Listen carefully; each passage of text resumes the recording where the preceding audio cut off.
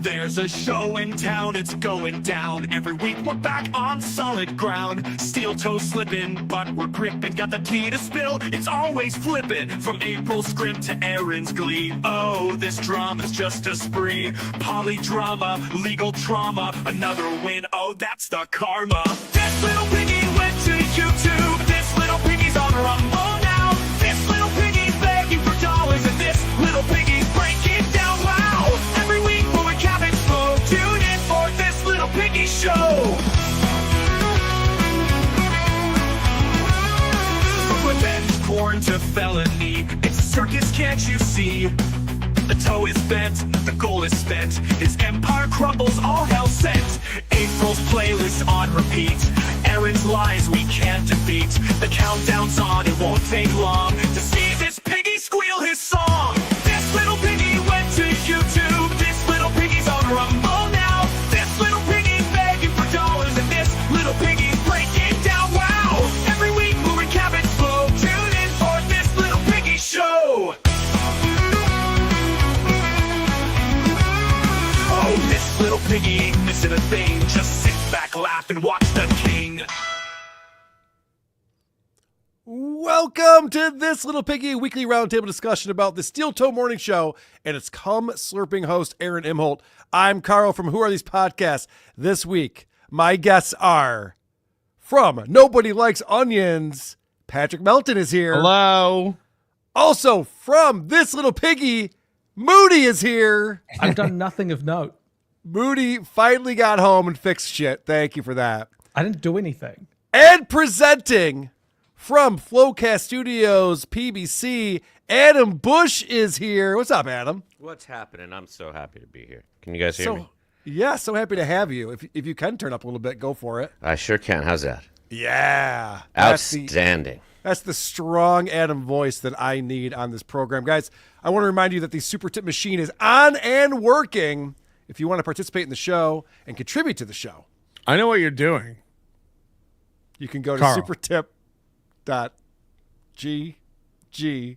What am I doing, Patrick? I'm in this square so that when we go 4 on the side, the QR code goes over my face.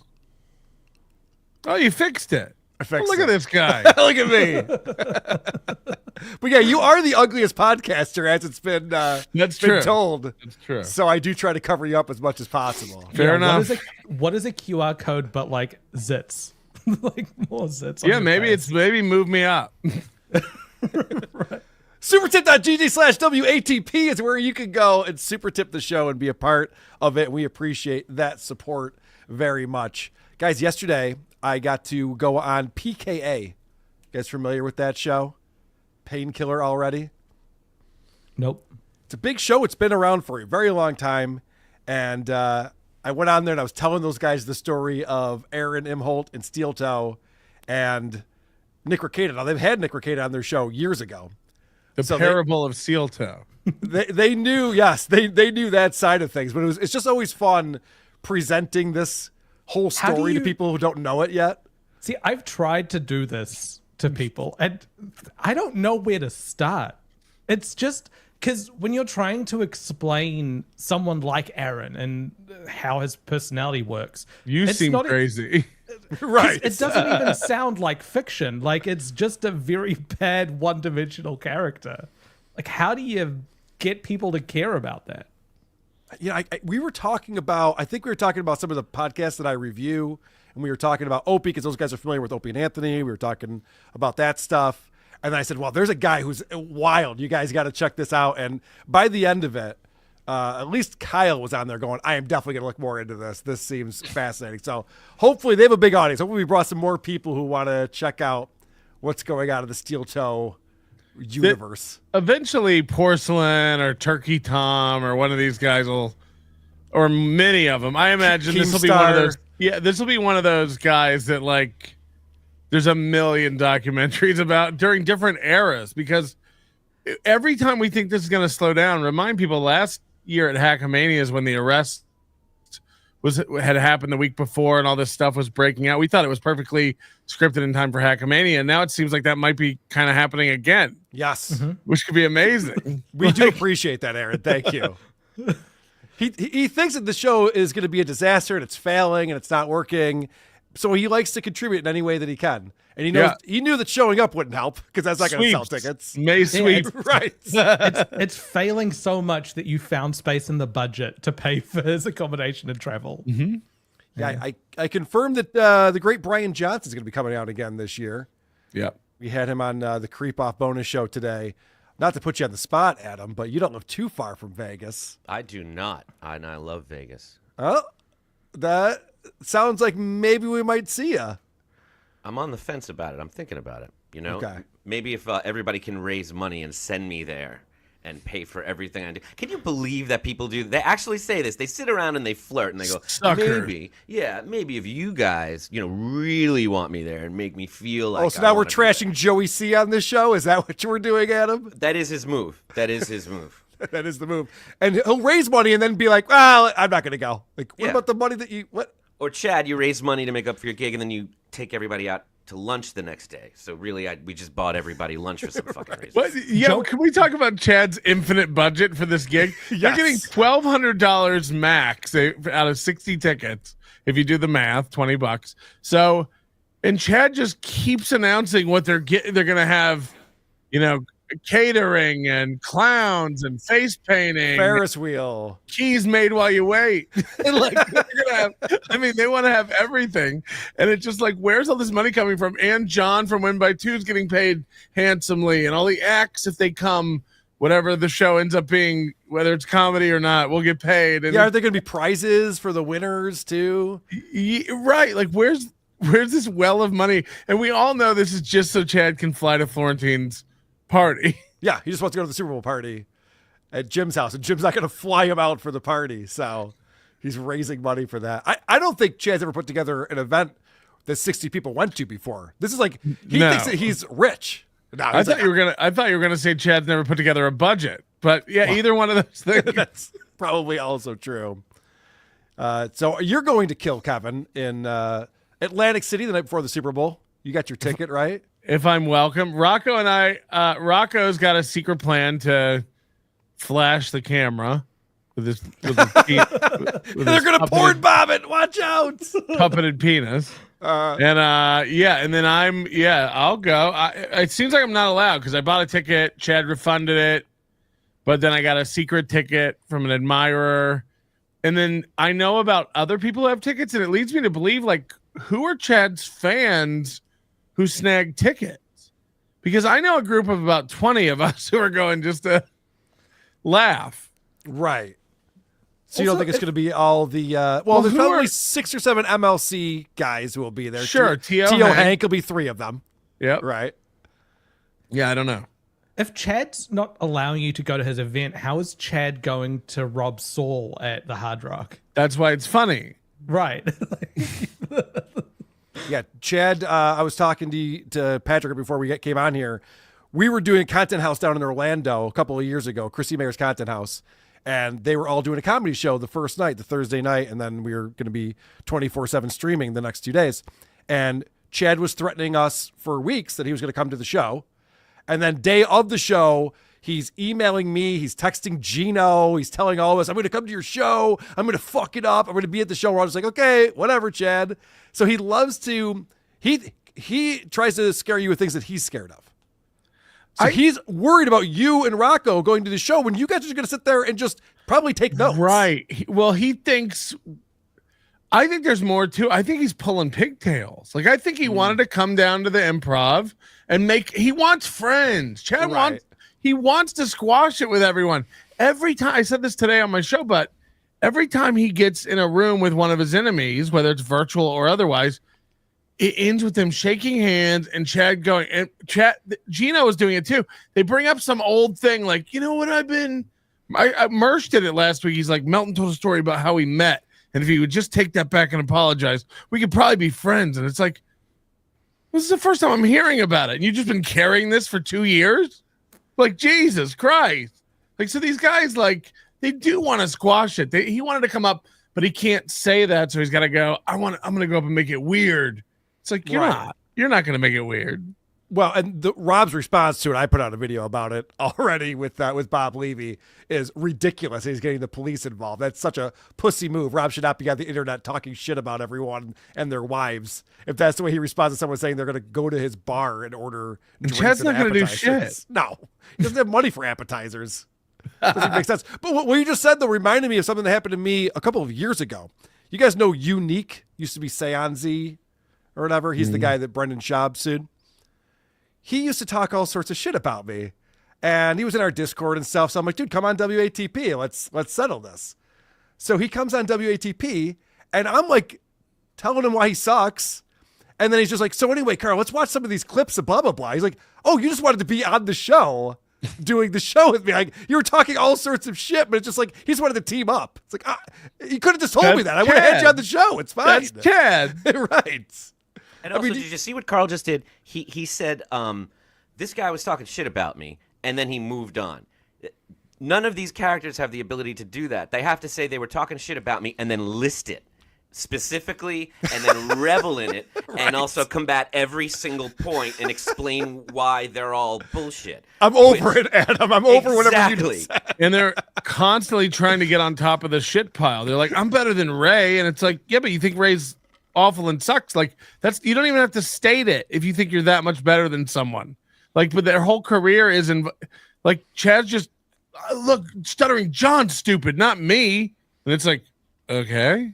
Like, yeah, I've never watched the Ray Vito show, but I was watching you watch Chad this week, Patrick, and it was cracking me up because Chad does a whole show weekly about Ray DeVito, and he's like, "I'm taking a week off, man. I can't even deal with his. He's such an idiot. I mean, we all need a week off from this guy, right?" It's just like, well, if you're not enjoying it, you don't have to do it. No one's forcing you to do a Ray DeVito show. You're not I've never once been contract.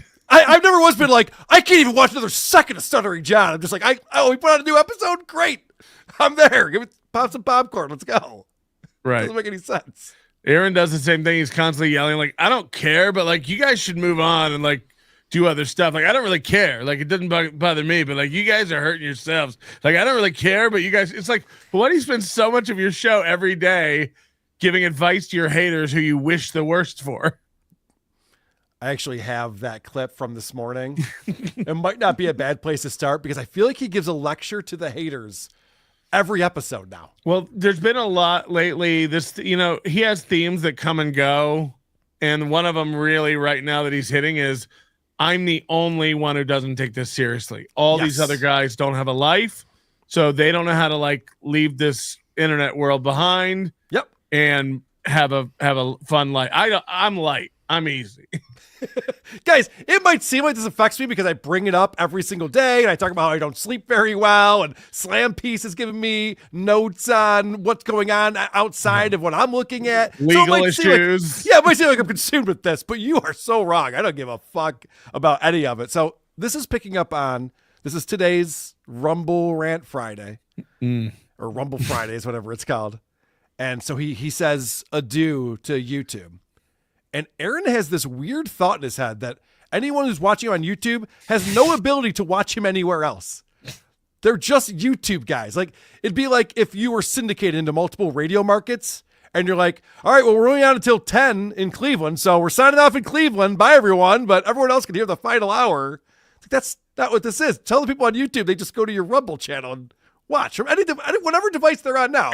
And also goes on Rumble. And he said it again today, like, let's go over there and say the naughty words. And it's like, we all know the naughty words he's talking about. The F slur for gays, the N word for blacks. Which is not even naughty anymore. Trump made it not naughty anymore. Well, that was one of his executive orders. Also, he never really did that as much. Gino did that. That was part of like, we got to go to Rumble because Jesus Christ, Gino's here. He's going to get us. But like, he says that F slur on his regular YouTube channel occasionally, and plays the N-word on his YouTube channel occasionally, and all the videos that he plays on the Rumble show are usually YouTube links. So he doesn't even, this is like why Ray still does a Thursday show at 2 p.m. because that's the slot Shuli had for him. 2 years ago. He just like they don't That's even a great know. point. I never thought of that. You're They right. don't even know why they're doing what they're doing. They're animals. They're bugs. They're just fucking and dying.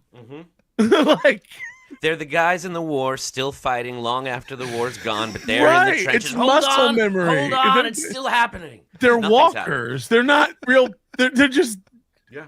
like it's so insane that Ray thinks he has to do a show at Thursdays at 2. It's like what?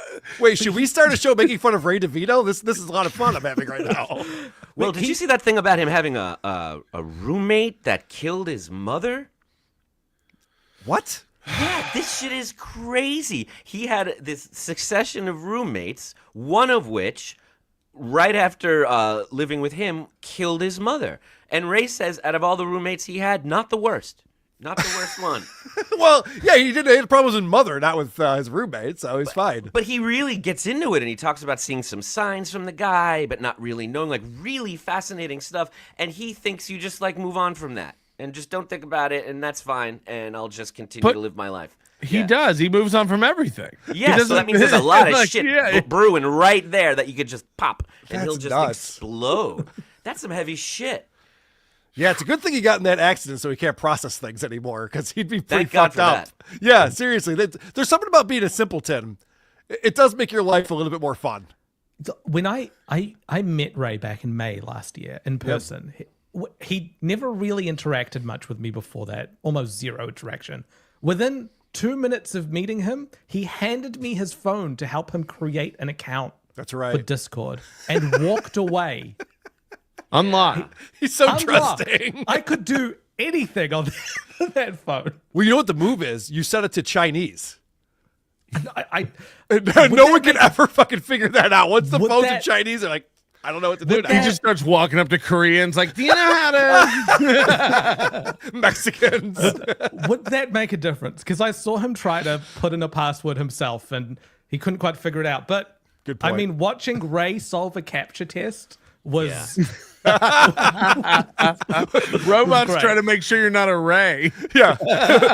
What's a school bus? How the fuck is anyone going to get this?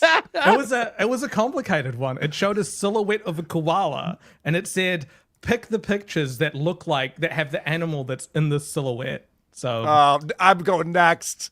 Give me a different one. Pass.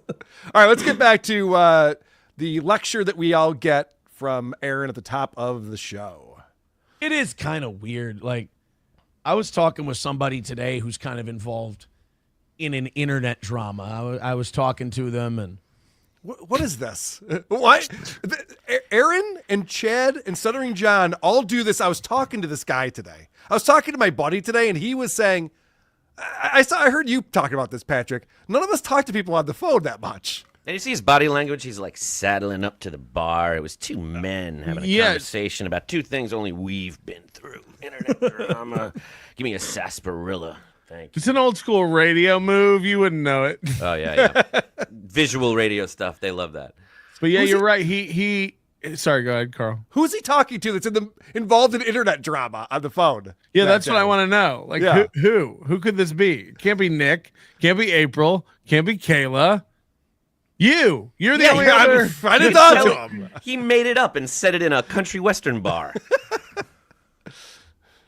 and I'm just like, God, it's just so, people are so fucking retarded. Like, it's not good for us. Like, all this drama consumption is really bad because, like, you look at our grandparents at 38 years old.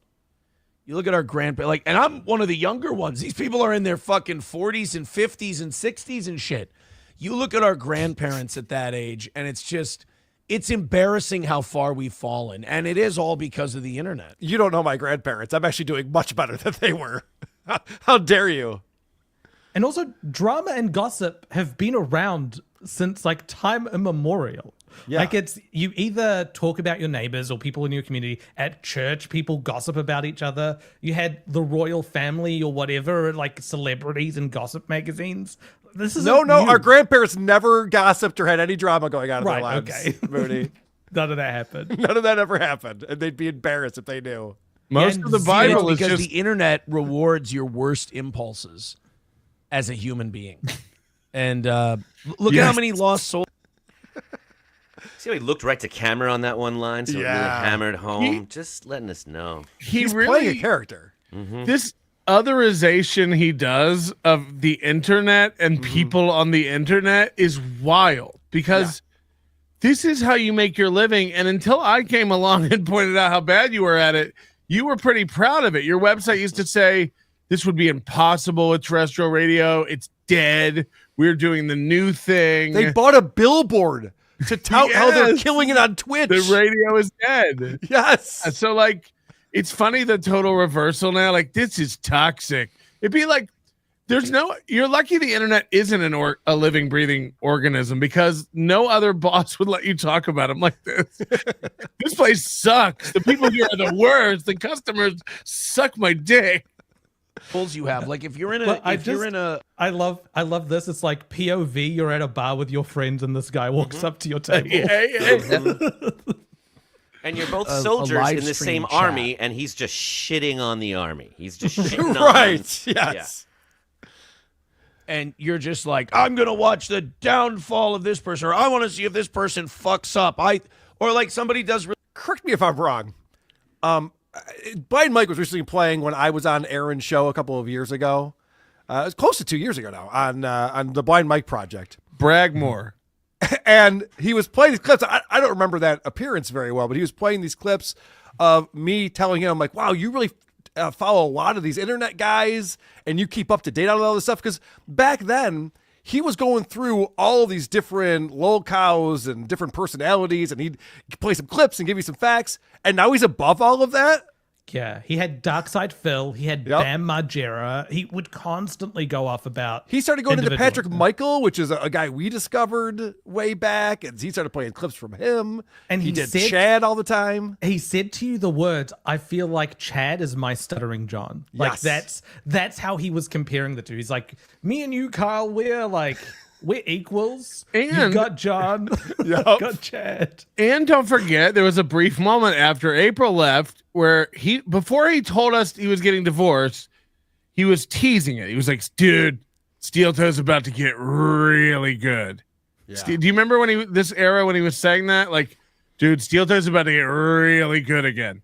And what he was talking about is he was going to be able to talk shit about April and Nick. Yes. And he was getting hyped for that. But No one's holding me back anymore. I can do my show finally. I can Right. do what I want to do. April wanted me to stop doing that, but I'm vicious, dude. I'm gonna go. Nobody's holding me. Same as Corey Adam. Why Corey left Steel Toe? He was being encumbered creatively, and he had Right. a lot of ideas and stuff to do, and he was gonna take flight. So like, yeah, he backtracks on that. Now he's too good to get in the Dabbleverse and mix it up. But no, you were gonna clause out. You were gonna show us all how it was done. You got kicked off the internet for being too aggressive and mean. And now you want to run back to the radio? Or sorry, you got kicked off the radio for being too aggressive and mean to a woman. And now you want to run back to radio. And where he it's also got safe. kicked off of Twitch as well. But Right, yes. right. Or being yeah. too aggressive to a trans Right, woman. right. Which, by the way, no longer exists. I just want to point out in this country, Moody. Yeah, you can just We say a don't- man. We don't have trans women anymore. We just have men Well, and women. Everyone's assigned the gender at their conception, which is female. Like everyone is female at conception. So yeah, good luck. He also got kicked out of 2 marriages and a foursome. That's right. He's Yeah. been kicked out of everything he's trying to do. But But not not to get kicked out of boxing. probably.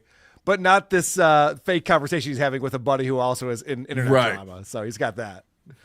really well, and you're like, I'm gonna watch him to make sure I can catch him stumbling or doing this. It's like you're not hurting that person, you're hurting yourself. Like your own development as a human being is stunted.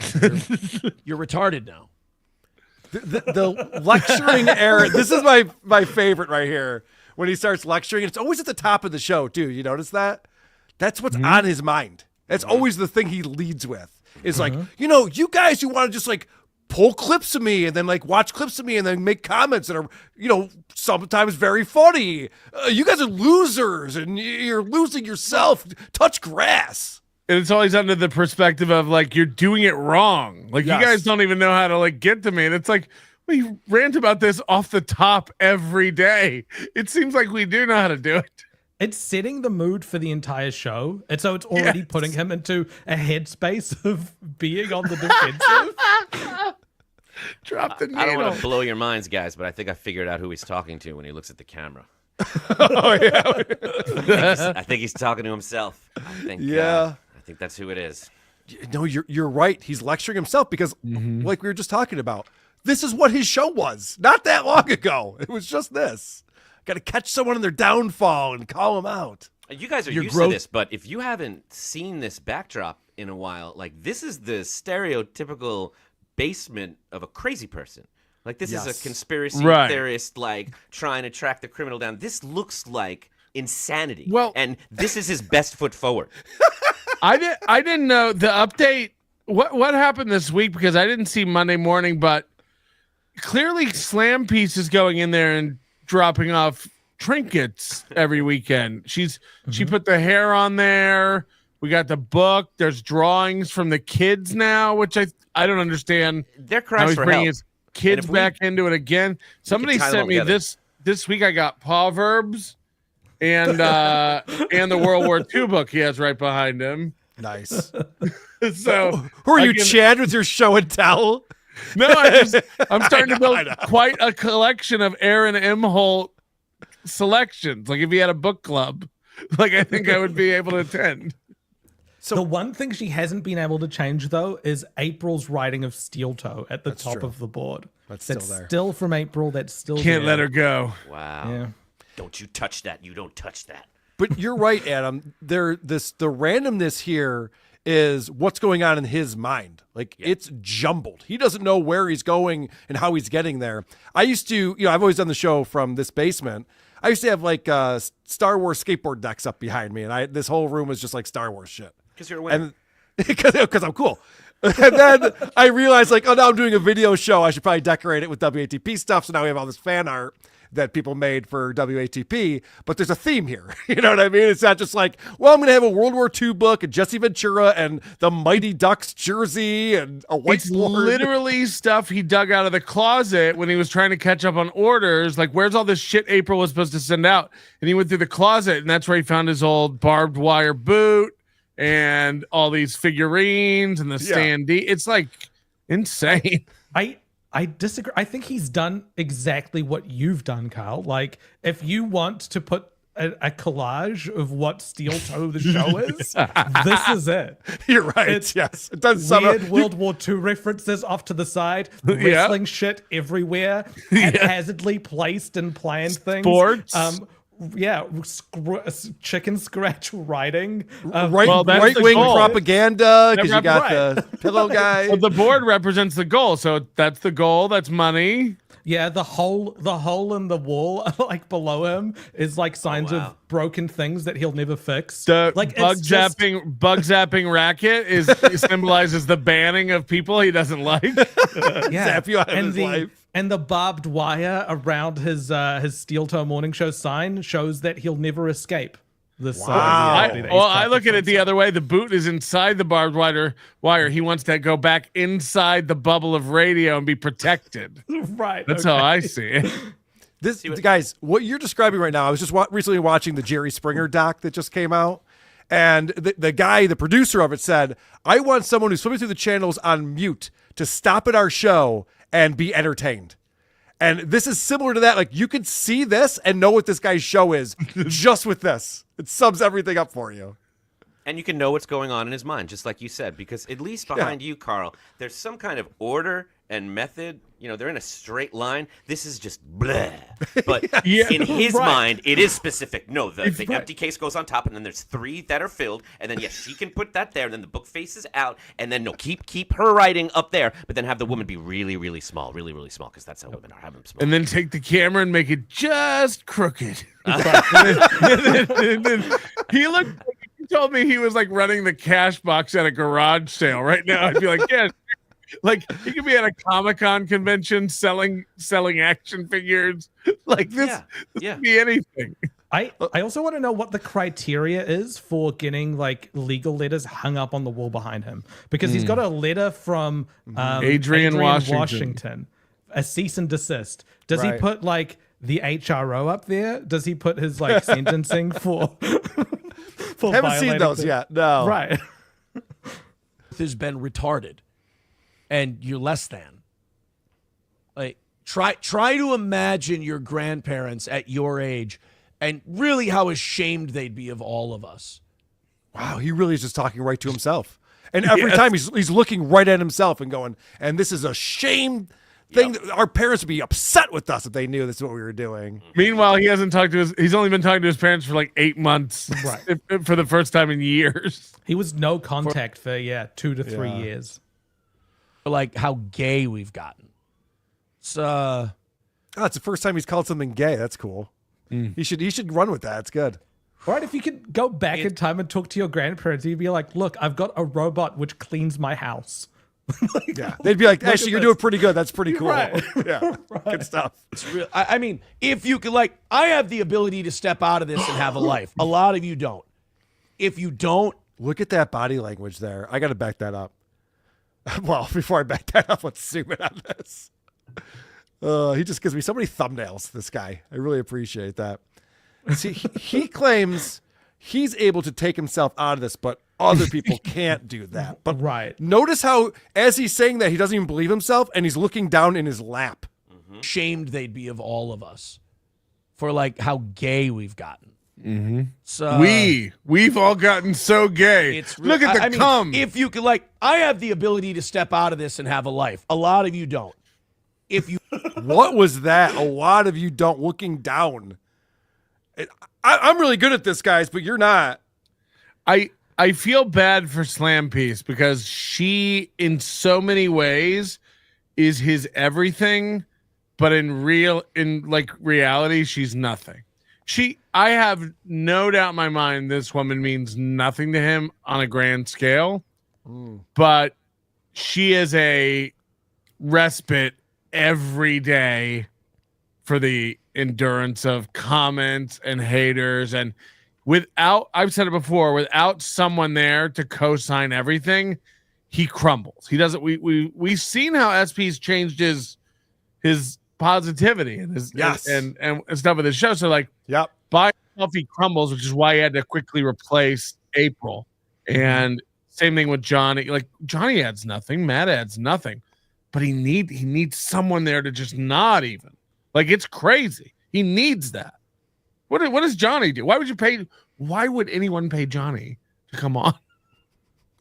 It's a great question. I do like his facial expressions when he's begging for the goal, but I don't think that's what Aaron's paying him for. I don't think he's paying for my enjoyment. You could replace Johnny with a GIF, like, and not lose much. And no one would know. Mercury birds. just supertip.gg/WATP. Participate in the show. Hey, everyone. Eat my crusty beavers. Rusty beaver. Yeah. Aaron Imholta kept driving around my high school. Whoa. Wind it up, Cupcake. You're done. He was looking for talent. Hey, Knights. I spend my free hours looking at high school yearbooks. I'm all bricked up. Look, I keep getting older, but they all remain the same. Thank you, Daddy Poopy, for that.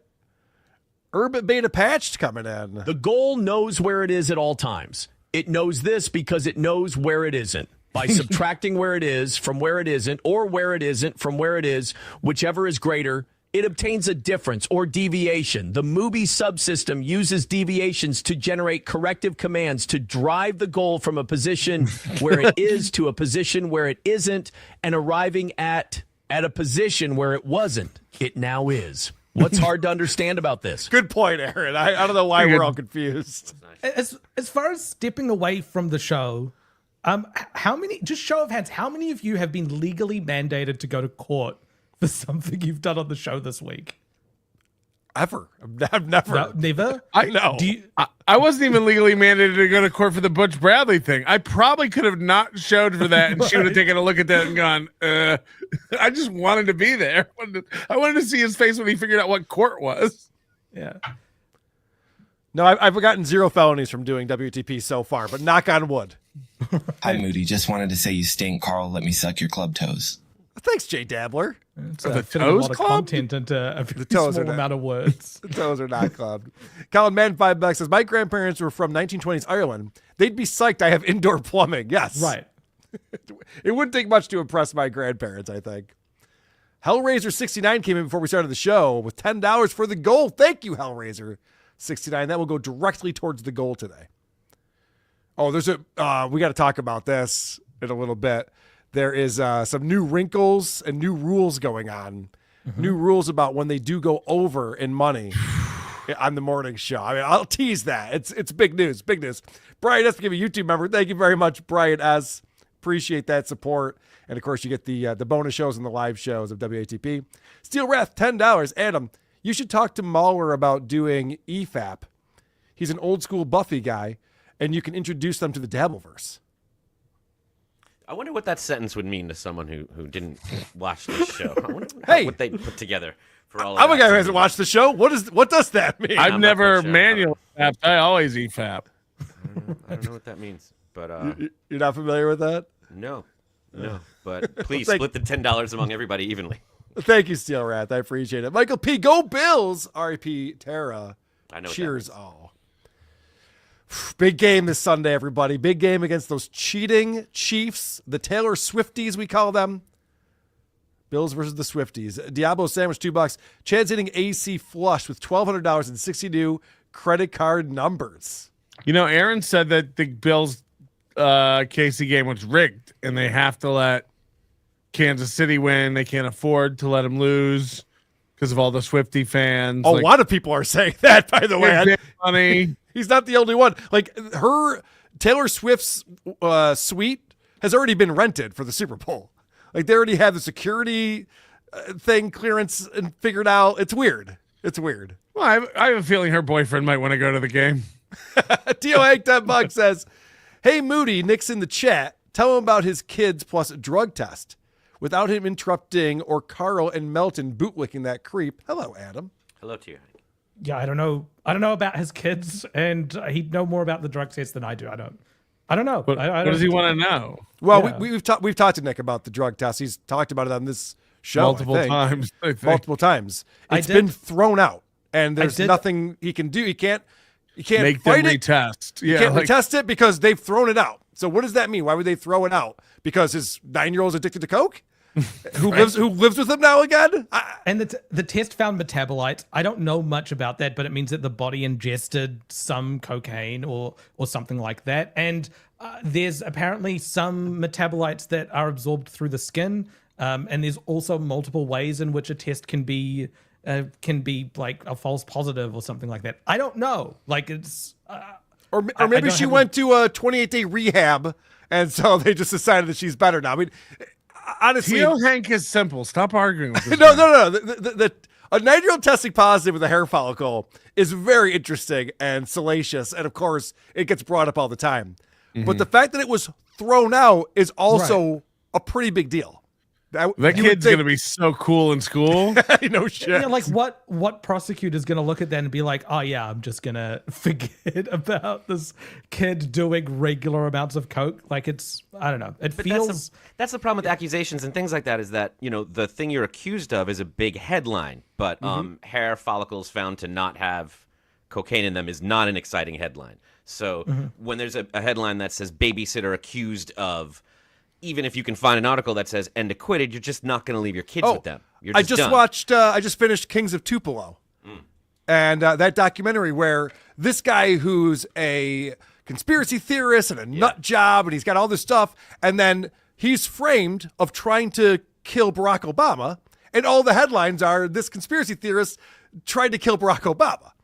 I remember when that happened. That was a big news story. They evacuated Washington and shit. I don't remember them going, "Oh, we were wrong about that. It was actually he was framed, and now we figured out it's this other guy." Like, no, it was always just like, "Oh, that weirdo in Mississippi did it." But like, make no mistake, regardless of whether or not there was cocaine in the kid's hair or not, Nick was a shitty dad. Like that was like, Well, just the fact that you said that sentence that you had to say, regardless Right, of how like- much cocaine yeah. is in the He's a- 9-year-old's he's hair, shitty. his Regardless father of is regardless of what your views are on cocaine, whether it should be legal or not, like that there's that those are crimes and you could get arrested for them. That will I agree. uproot your Nobody family and should let upset their them. let Moody make them SpaghettiOs for their kids. I agree, Moody. That's exactly what Right. you're talking Poor about. father. Yeah. Well, I don't know what it is in New Zealand, but I know that in some countries in Europe, there's no drinking age. And so kids grow up having wine with dinner and it's not a big deal. And Are so you they don't. proposing that little 7-year-olds do a bump at Thank dinner you. time? Yes. No, I think in Louisiana or Mississippi or something like that, kids can go with their parents to a restaurant and do at cocaine. age 16 and get a drink and get an alcoholic beverage. I Sure. believe Mhm. there's some counties like that or something. There's In some America. cultures where drinking isn't just to get drunk. Like it's a thing that you have with food, and that tends to be a lot more European. But It's the New blood Zealand's of all Christ, too. binge drinking. So I don't know. Yeah. Anyway, my point is, I've had a lot of friends who got messed up with coke, and if they had started doing some bumps when they were in middle school, it probably wouldn't have seemed so exciting in college. It's important to remember morality is a construct. Herb Beta Patched, $5. Is that TV's Adam Busch? I loved your role on House MD as man who wants to sleep with cows. That's true. That's true. I play a lot of roles of people that you can't trust. I just have that face. I'm aware of it. You know what sucks though is that it's not the guy who slept with cows. You just want to, so you couldn't seal the deal. Well, no, what I wanted to sleep with my stepmom. Oh. So I lied about it and said I wanted to sleep with cows. This is not why we're here. This is not what the show is about. Moving on. The coach of the ghost of Mr. P. Moody and Carl flirt on your time. Adam them off your mic. Have we been flirting? I don't know. I thought we had Kicking each other under the table. I thought you liked me. I don't know. It's like Mickey Rudy with €5 says, "Hey Buffy guy, be more perceptive. Carl absolutely takes things to heart. Get cropped out of a pic by Kay. Feehan then decided her pod sucked. Petty dork." Okay, can I explain what this is? Because this is not going to make any sense to anyone right here. Karen Feehan. Do you know who that is? She's a New York City comic, and she's also an OnlyFans girl. Yeah, I was going to say, you get the butthole. Yeah, also a butthole girl. But she's a New York City comic who I just saw on Tires recently, the Shane Gillis show. And I was on the Chip Chipperson podcast. I was in studio there above the Comedy Cellar. And Karen Feehan did not like me. Now, there's a reason why she didn't like me. Because when I got there and I introduced myself, and I said, I'm a huge fan. She goes, "Oh, you're a big fan of mine?" I'm like, "No, just like this show and just all of this stuff." It was like a Spinal Tap moment. It was like kind of a dick thing to say. So she didn't like me ever since then. And then when she posted the photo of all of us afterwards on her Instagram, she cropped me out of it. And then I made fun of her podcast. But that's what I do for a living. So her podcast sucked. Side Thank note, that reminded me, I actually saw Chad's brother on Tires. That's good. That's good. Milax 44 $2. Why did ST ditch his green screen anyway? Why did Steel Toe ditch the green screen? There's two reasons I can tell you. Please. Just through knowing his setup. Three reasons. So, first one, his camera's too shitty and he didn't get a new camera. And so you've got a very grainy look to the camera. Okay. Second, they couldn't get the lighting right. So it was all like, to get a green screen setup going, you either need to have a tight frame or you need to really have a lot of good lighting around. Third reason, I don't think he bought an actual green screen. I think it was he like bought fabric. And so you would have seen like folds and things all in there. It would have looked like Win by Two's background. Like It looked like a Green Man suit. Like it was transparent and cheap. It was. They paid a few $100s for it, and then once it arrived, Johnny couldn't figure it out, and so they just threw it all away. Well, no, you guys are all wrong about this. Aaron wanted to get back to like radio.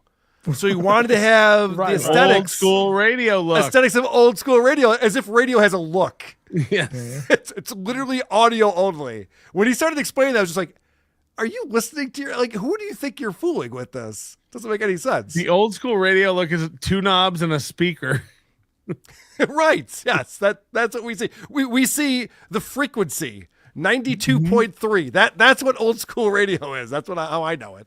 No, it doesn't look like old school radio. He looks like the campaign office of like a long shot candidate who's losing for like comptroller, and everyone's like left the campaign, and he's the one or two people that still believe are left, and he's fighting and holding on, and still thinks he's going to win when everyone knows all the numbers are against him. it does look like the old radio station, which is like it's just old and bad and not really well looked after because it's not a visual. It's not supposed to be. Well, any pretty. radio station that's moved on to doing, and most of them have now, they have like a YouTube presence and a lot of them stream their shows live. They've cleaned up their studio for that reason.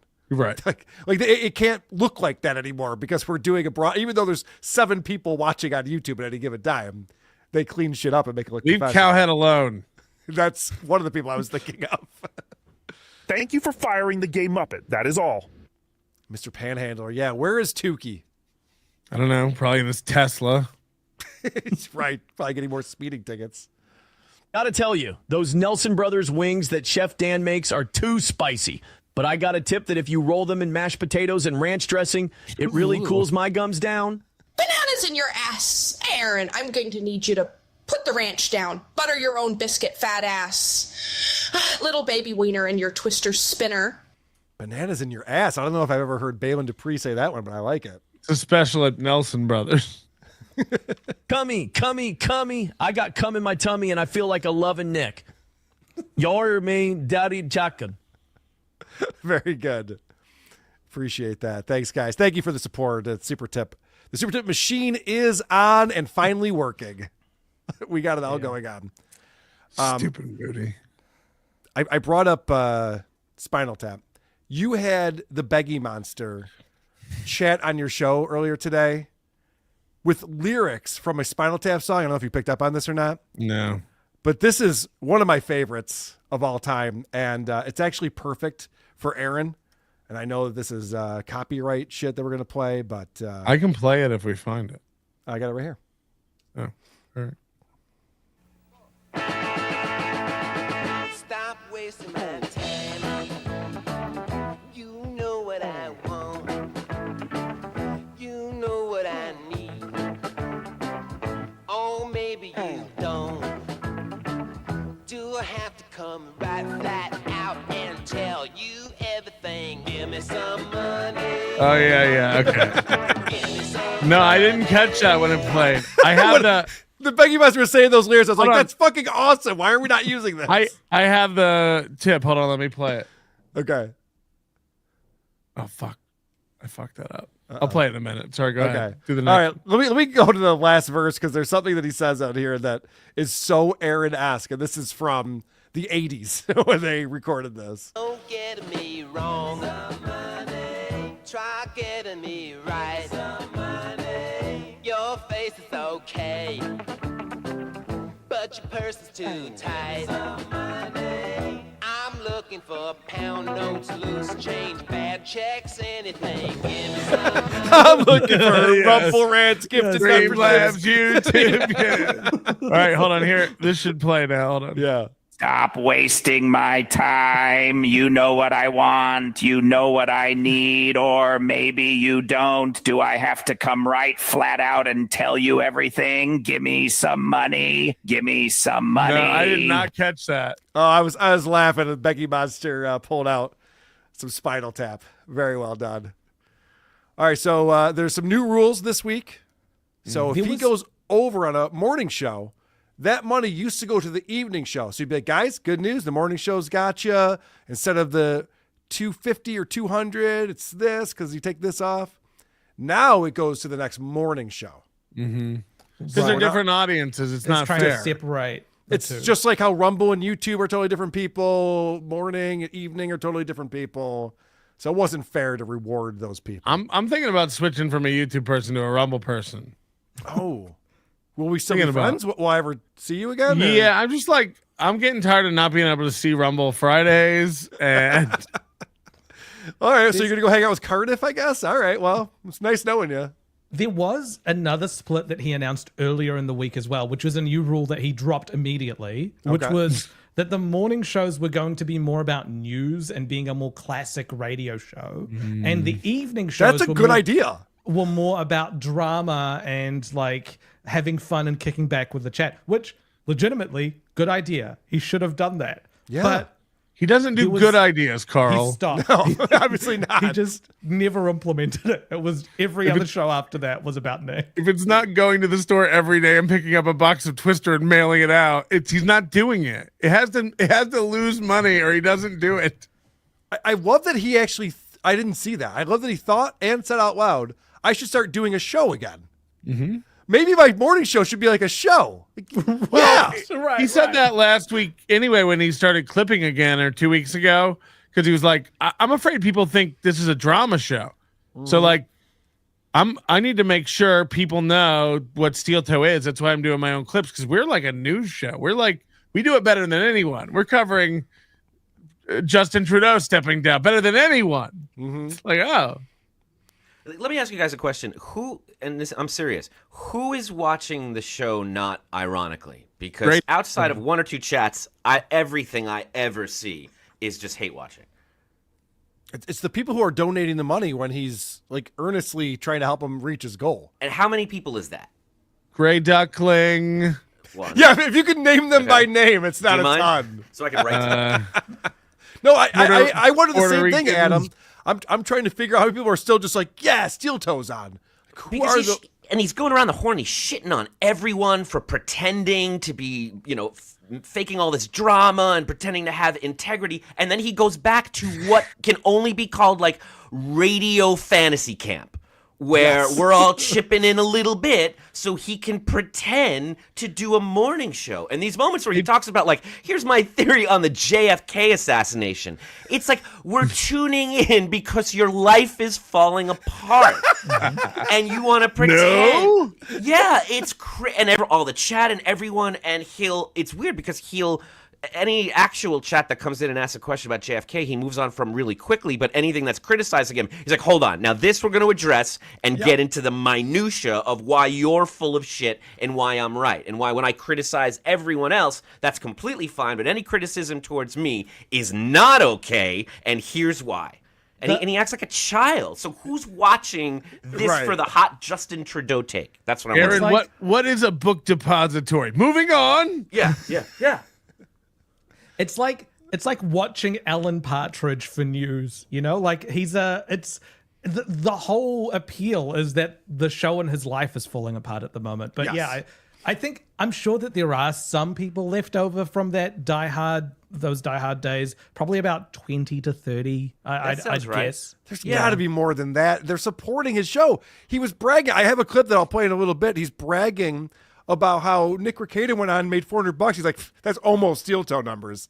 Like, he'll get cocky about it sometimes, about how much money he makes. He says every show that talks about him is a little show, and he's a big fish in a little pond. Right. And that he's the biggest show. And it's just like, again, at some point, you have to believe he knows what he's doing, and he's just trying to lean into I'm the big idiot.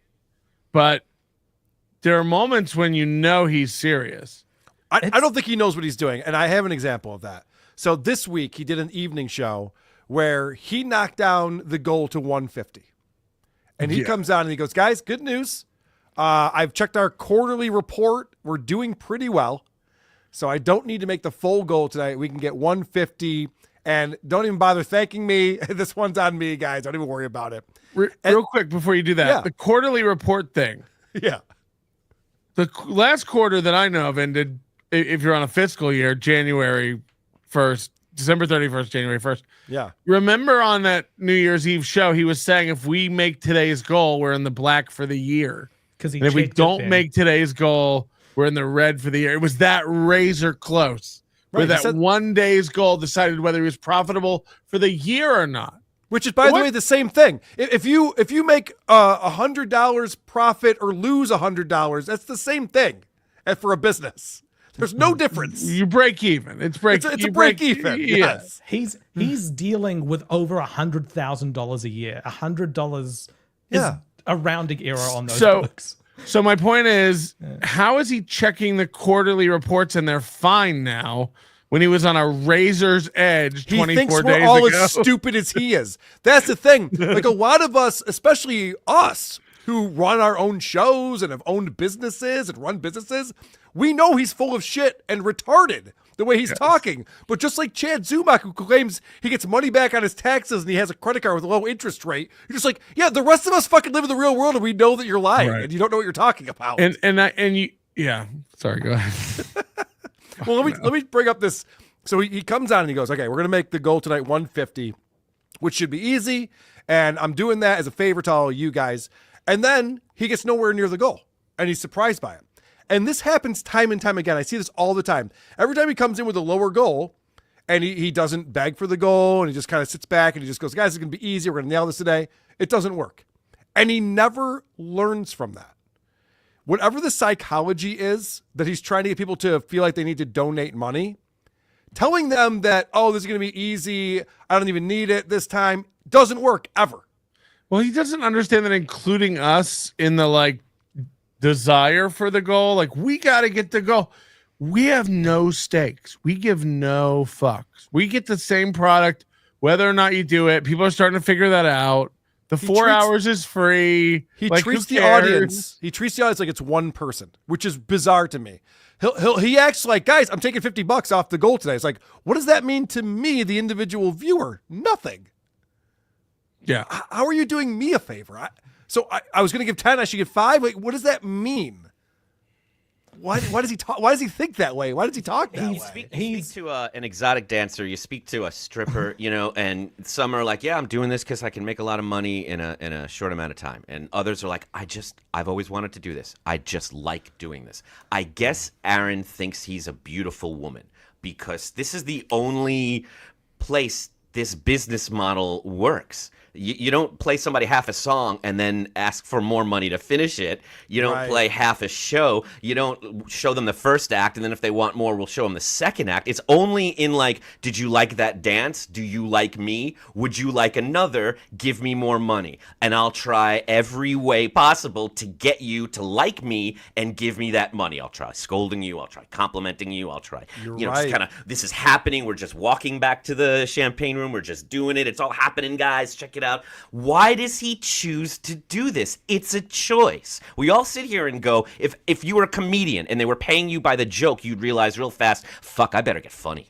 Yeah. I better come up with an act. Otherwise, I'm going to sink. He still hasn't figured that out. Well, when you delude yourself into thinking you do a great show all the time, there's nothing to work on. Right. What do you mean he does a pro show? I think the disconnect comes from him thinking that he's talking to vast swaths of people that just chip in a little bit each. When his show has become live or die by whales. There's one person that comes in and gives him $100 just because they still like Aaron for whatever reason. And that's a really dangerous position. Yeah, we're still talking about a stripper in a small town. Yes. You're right. As long as Jerry comes in on Wednesday, I can get through the week. Without him, it's just nickel and dime all day. That means Jerry is in charge of your entire life. Yes, Jerry, but we're obsessed with this. Right. Yeah, it's like being a lawyer or a manufacturer and having one customer. Yeah. It's what happens if they shop around a little bit? Meanwhile, you're sending newsletters to everyone saying, if you just chip in a little bit, it's just talk to that one person. Well, this has nothing to do with anything, but I was thinking about somebody on the Discord or an email or something said to me yesterday, and I don't know where I got it from, but they said, I worked with an Aaron. I worked with somebody like this, and they are definitely giving themselves money on many fronts because it's the only way to perpetrate the further giving from other people. That one person dancing on the hill, then another person goes and joins them, and now you got a bunch of people going and dancing. Well, the first two could have been plans. Yeah. We've all seen Leap of Faith. We've all, there's a crowd psychology to it. So he said, I wouldn't be surprised. I knew this guy I worked for was doing this if he was making half a third of what he's saying he's making. And that would explain the desperation and the panic. Because we don't get it. We don't understand why does this guy care if he makes $100,000 a year or $150,000 a year? What's the quality of life difference really in that bracket? But if he's really bringing in $30,000, that makes so much sense. It's and those. You got to think where he lives is very inexpensive. That's a very inexpensive place to live. Well, they said it. I never thought about it this way, but his audience is going down, down, down. Evening shows sometimes don't hit 200 viewers. Morning shows now on YouTube didn't hit 400 the other day. So like, how is the goal still being hit? Like, there's no other economy where this few number of viewers is giving this 800 a day. Or it's whatever. another Chad Zumach parallel. And full disclaimer, I was talking to Patrick this week, and I said, can we make this little Piggy about Chad and Aaron? Because I feel like they're turning into the same guy. But do you remember back when Chad was struggling, he looked down at his phone for a while, and he wasn't saying anything, and then all of a sudden a $10 super chat came in. They said, come on, guys, let's start super chatting. Right. It's like it's the same kind of thing where it's just like, I want to present that there's all these Aaron fans out there who can't wait to give me money and contribute to this thing because I love it so much. Because there's something to the way he constantly tells people how to give. No one else does that. Right. No one else does that. I assume people aren't stupid. The links are available. If you want to give to the show, you know how to give to the show. You're not dumb. Or you'll ask the chat and they'll tell you. You know? Pound notes, loose change, bad checks, anything. But like it leads me to believe nobody is giving because he's so explicit. He's always like, guys, you can do StreamYard, you can do Streamlabs, PayPal, Venmo. It's like no one gives those instructions more than him, and why? Yeah, I don't know if you've been to Europe and seen some of the scams that get run. Like there'll be a cup game that's being operated by a gang. And so like there'll be like one guy doing cups and does sleight of hand. And then there's people in the crowd who are part of that game who play the game and win so that they get a random person to come in and be like, oh, if he's winning, I can have a go. It makes absolutely perfect sense because if you just to tie it all together, imagine a stripper paying herself to go sit in the champagne room alone. I would probably start talking to myself like I was in a country western. I'll get the next one after she's all wet. I'll get the next one. Yeah, just sitting in there. That's him doing the show. It's just When he you're paid doing himself to sit in there. When you're doing a tip jar at the bar, you're always putting in 10s and 5s and 20s to make it look like, some people are very generous with their tips. Top and you Carl, fold them over. So did you see the picture I made in my thumbnail today? It's what Moody told me to make my thumbnail today in our group. I don't know if you have the ability to pull that up at all, and I get it if you don't. But when you look at that photo, it's him basically ringside in a corner at his gym doing his thing. Oh, coaching. This is amazing. Yeah. It's eight. We saw the lineup, the sheet, 15-year-olds to 20-year-olds. Right. And then a couple people in their 20s, and then two guys in their late 30s. And that's who Aaron's become. And if you look at his profile and think about this guy being 38 years old, and I know I get a lot of flack for not being the ugliest podcaster in the world. And rightfully 38. He's 38.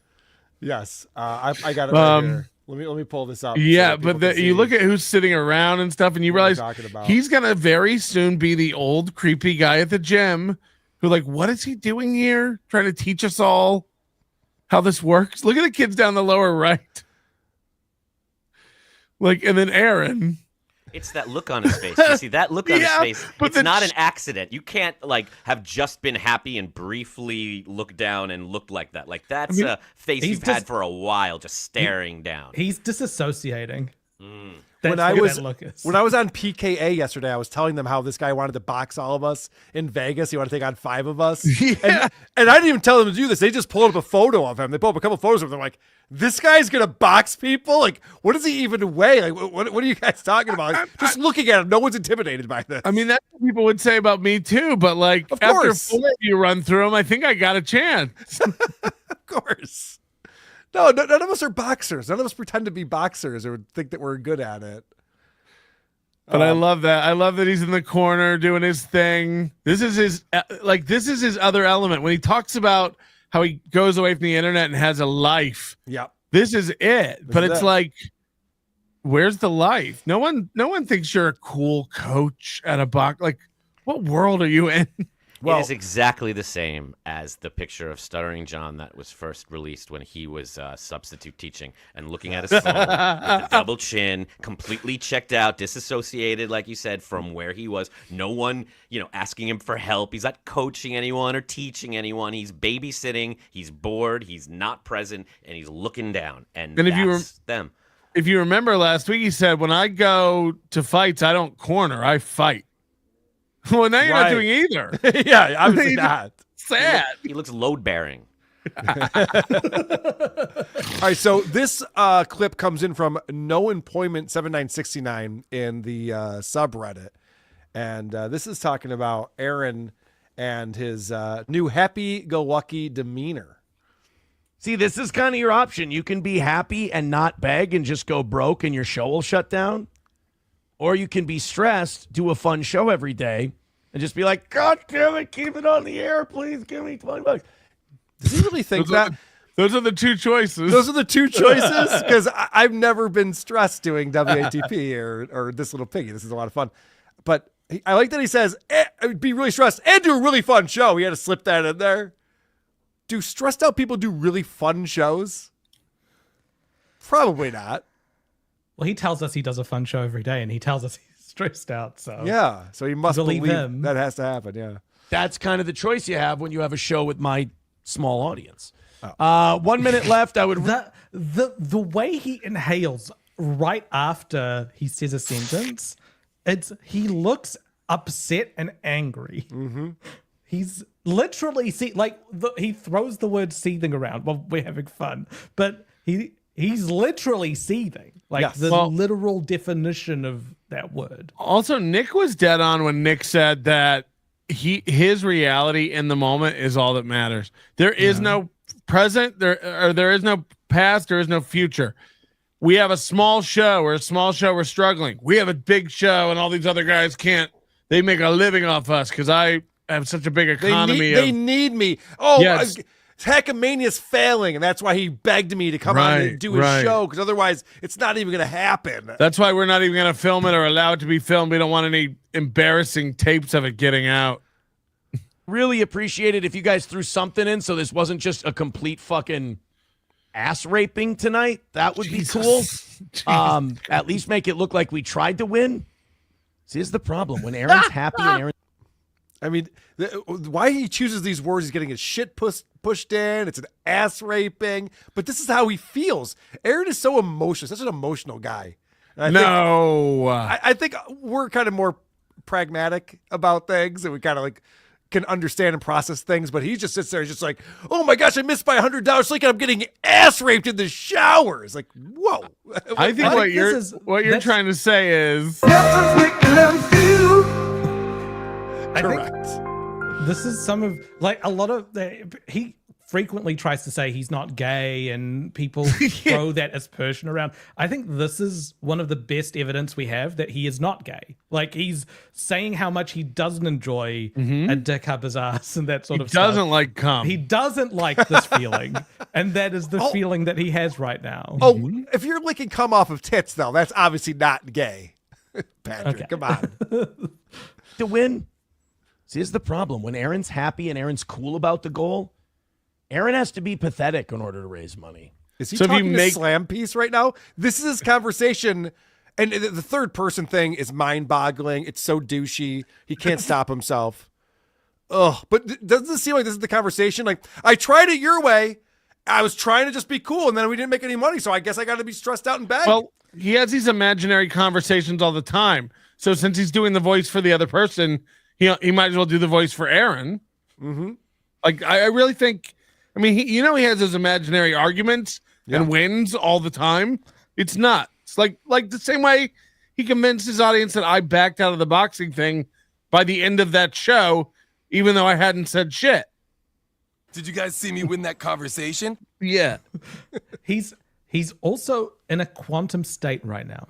All right. So he's upset about the goal, right? He's very visibly upset about that, but he also feels good for some reason. So he's saying, I feel good about missing the goal, but he's actually upset. But then after that, I'm not sure if it's in this clip or not, he says, I actually feel bad about how good I feel about missing the goal. Yes. No, I think he said, crazy. I feel bad about how upset you get about me feeling good.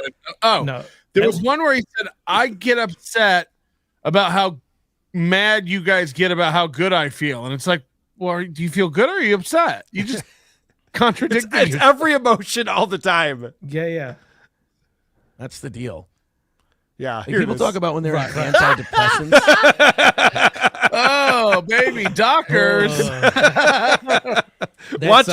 Watching Tukey watch this was my favorite thing this week. That's gonna be a Cardiff's kids painting, guaranteed. It's a Levi's commercial. But Aaron likes to believe that this is all, in a way, an audition for a better gig, and he is, delusional enough to believe that people like on the inside are watching him and liking it, and occasionally checking in to see if you ever opened a door or checked into a show and you saw that kind of shit behind him, and the guy referring to himself in the third person angrily and giving himself this pep talk, you would just slowly close the door and never open it again. I would pull up a seat, Adam, because this interests me. I want to see what brought us to this moment. I do think you're right. He's on a permanent audition for radio. I said that's why he keeps getting up at 6 a.m. He's got to keep those muscles fresh. It's why he says there's stories and sponsors, even though he's lost everybody but Stoney's now as a sponsor. But he's fooling no one. This is he's keeping a muscle limber that he'll never, ever be asked to use again. And you know what's interesting about the that? ratings came out this week. Carl was going to talk about this. We do have that clip coming up, Oh, real quick, though, I'll get back to that. Hold that thought. What's very interesting about that is that the other guy who's doing this is Greg Opie Hughes.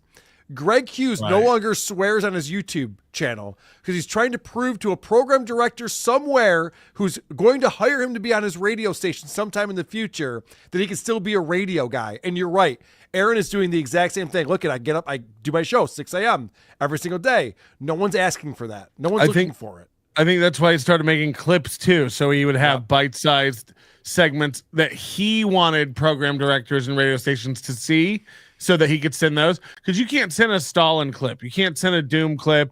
You can't send a real media player clip. They all make him look horrible. And he realized that. But the problem he has now is all his clips get 200 to 500 views. So sending those out to radio stations don't make you look like a desirable product. But like any of these guys, imagine if he actually leaned into it and was like, I'm the villain. And yeah, I'm proud of all those clips because I'm playing this, Omarosa style reality villain. And why don't you hire me for your reality show to be the villainous guy? But no, the fact that he thinks he's the good guy is why we're all still here watching him. Sometimes he thinks he's the villain. Sometimes he says, I'm the best heel in the biz. He pretends that. Well, he's so insecure. He can't, same as Chad. Yep. They can't lean into it fully because they're too insecure. Yep. Chad can't pretend like he doesn't give a fuck what Rogan thinks or Bert Kreischer thinks because he does so very much.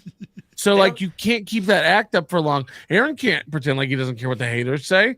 He cares very much what the haters say.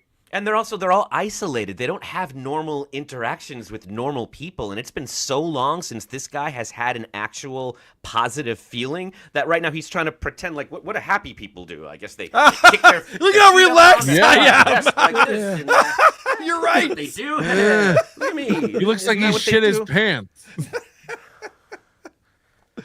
Like people talk about when they're on antidepressants. Like bad shit doesn't seem bad, like they're numb to it. It's worse. Like we just missed by triple digits and I feel good. I don't think I like that. I don't think I like that feeling of feeling good after a $115 miss. Wow. He's really trying to talk himself into something. He does not feel good at all. You can tell by his posture. As Adam just pointed out. What That's do you not mean? natural. He's reclining. He looks like a relaxed man. That's what relaxed people do. Correct, yes. They recline. Oh, I love missing by triple digits.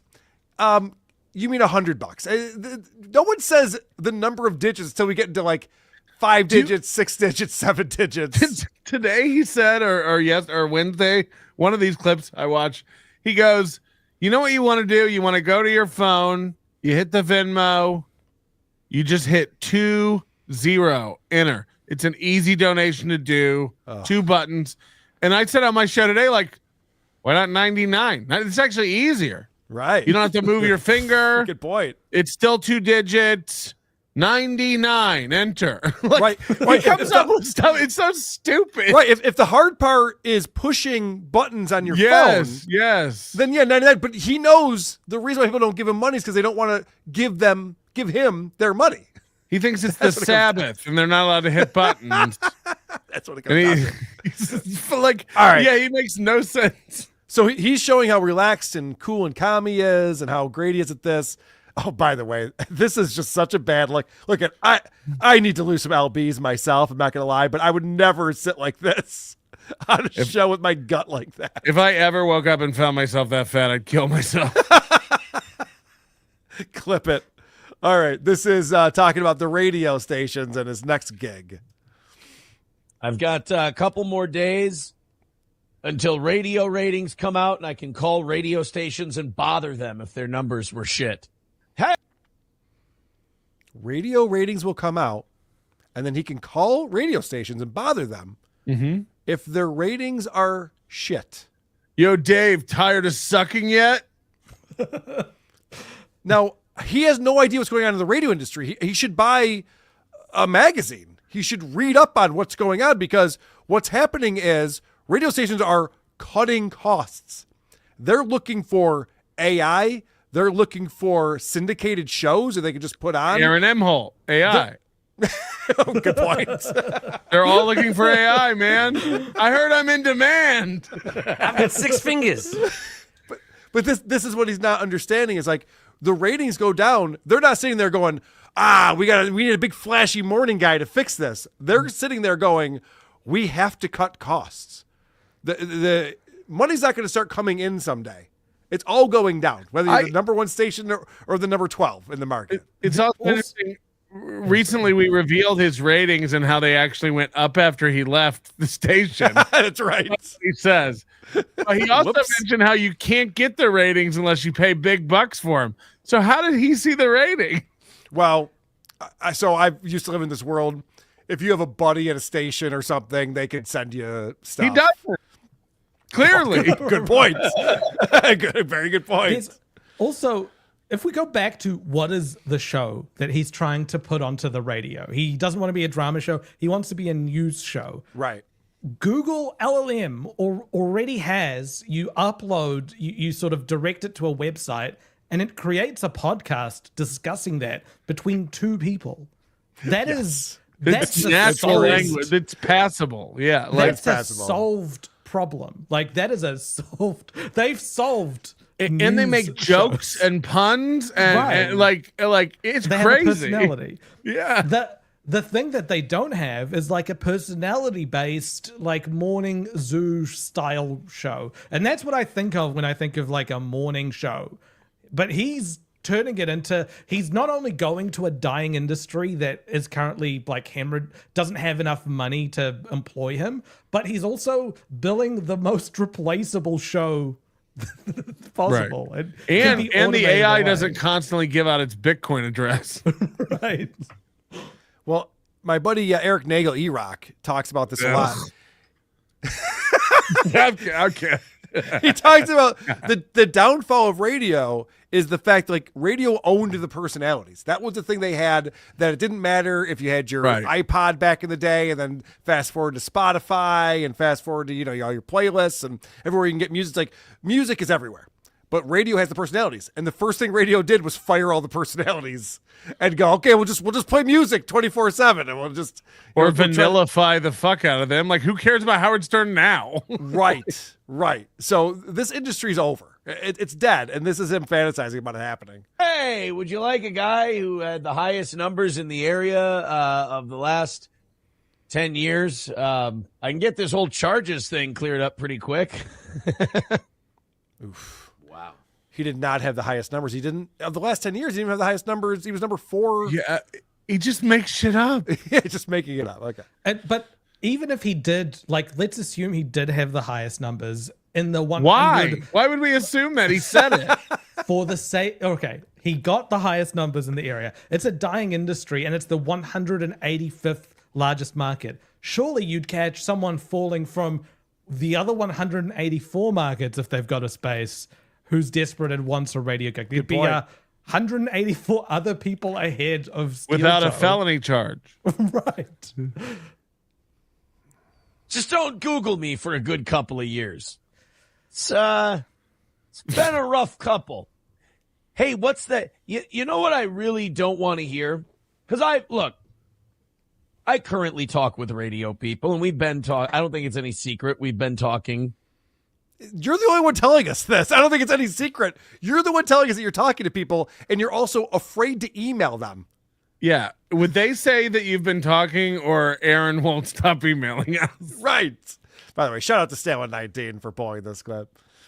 With certain radio companies, and one hurdle when I started talking to them again. Well, not when I started talking to them again, but when this whole thing happened and I was in the process of talking to these people. Why did he correct himself right there? You can find out a lot of the truth by how he talks about this stuff. Yeah, how he rewords things. When I started talking to them again, and he's like, "Oh shit, no, I've been talking to them this whole time." That's right. That was my story. I've been talking to them this whole time. And we know that's not true because the last time we heard about this, he said, like, I've been so afraid. We haven't talked in so long. I've been so afraid to reach out, but I finally did it. Yep. Yeah, and are you going to say that the problem was that you wouldn't stop talking about their fucking conversations on your show? Is that the problem? Right. That every time you had a conversation with them, you'd speak about it in this, vague way? Same way with the whippets thing. We haven't even talked about that. Oh, I know. That's in my notes. Yes. Don't get me started. Is, making sure you weren't making excuses for anything that had gone on in your life, but also making sure that you just kind of owned it and got ahead of it. Yeah. And then of the 3 places I was talking to, 2 of them I still speak with, so that's good. The other one went, the other one didn't go, let's stop talking. The other one went, get back in touch with me when this is all cleared up. Okay. I still speak to 2 of my ex-girlfriends. I don't think we're going to fuck again. Right.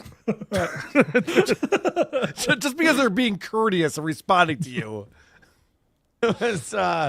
It's just part of that deal where you get pause it there. I'm sorry. He keeps doing this. It's a tell for something. You guys might know. He always starts with this self-soothing thing where he's hugging himself and the if he was in an interrogation. Now he'll rub up here, he'll go back here, like he's then he nuts. catches himself and immediately comes into some over-the-top manly pose. And then as he keeps lying, he drops it and then starts to pick at himself again and then goes back to an over-the-top. So you can turn the camera and blue steel. Yeah. Yes.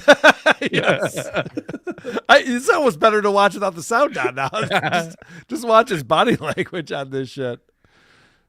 Oh, we got to do bad lip reading. That's a good idea. We have the AI voice. Yeah, that's a really good idea. Part of the cleanup. But whenever ratings come out, I always make sure I do a little. I get on the text and I go, boy, this situation looks like it could use a little help. I'm sure the PDs love to be told that they're sucking at their job. It's a great way to start a conversation. Wow, you're really failing over there. Although he's in the girl thing of backing away from the mic when he laughs at his own job. And then I send him a text. It's like, what are you doing? Then they text me back my court dates and they go, this situation looks like it could use a little help. I'm like, all right. Wait a second. Is this true? He texts a GM, hey, your ratings are down. You need help. And they write back, yeah, I see you have you pushed your court date back to May. Probably not, but that'd be funny if that is That'd what be a happened. great comeback. That'd be really Go great. fuck yourself, asshole. Like, I got a boxing match that weekend. Can we do it after that? Yeah, we're actually not looking for felons right now. I talked to HR. They said stop hiring felons. So that was he should have waited. He should have waited a week before pulling out of that boxing challenge because I've got court. This is probably a much better. I've got a jury trial. This is a much better excuse. I think he thinks he's going to represent himself in court and like pace back and forth in front of the jury and like he's in a movie. His whole life's a movie, right? Yeah. Like, show me in the rules where it says a dog can't represent me in court. Gordy, right? Yes. Or play football. Right. He has us, sir. There's nothing. He has us. $5 says, did you see that your ex-boyfriend streamed last night / this morning?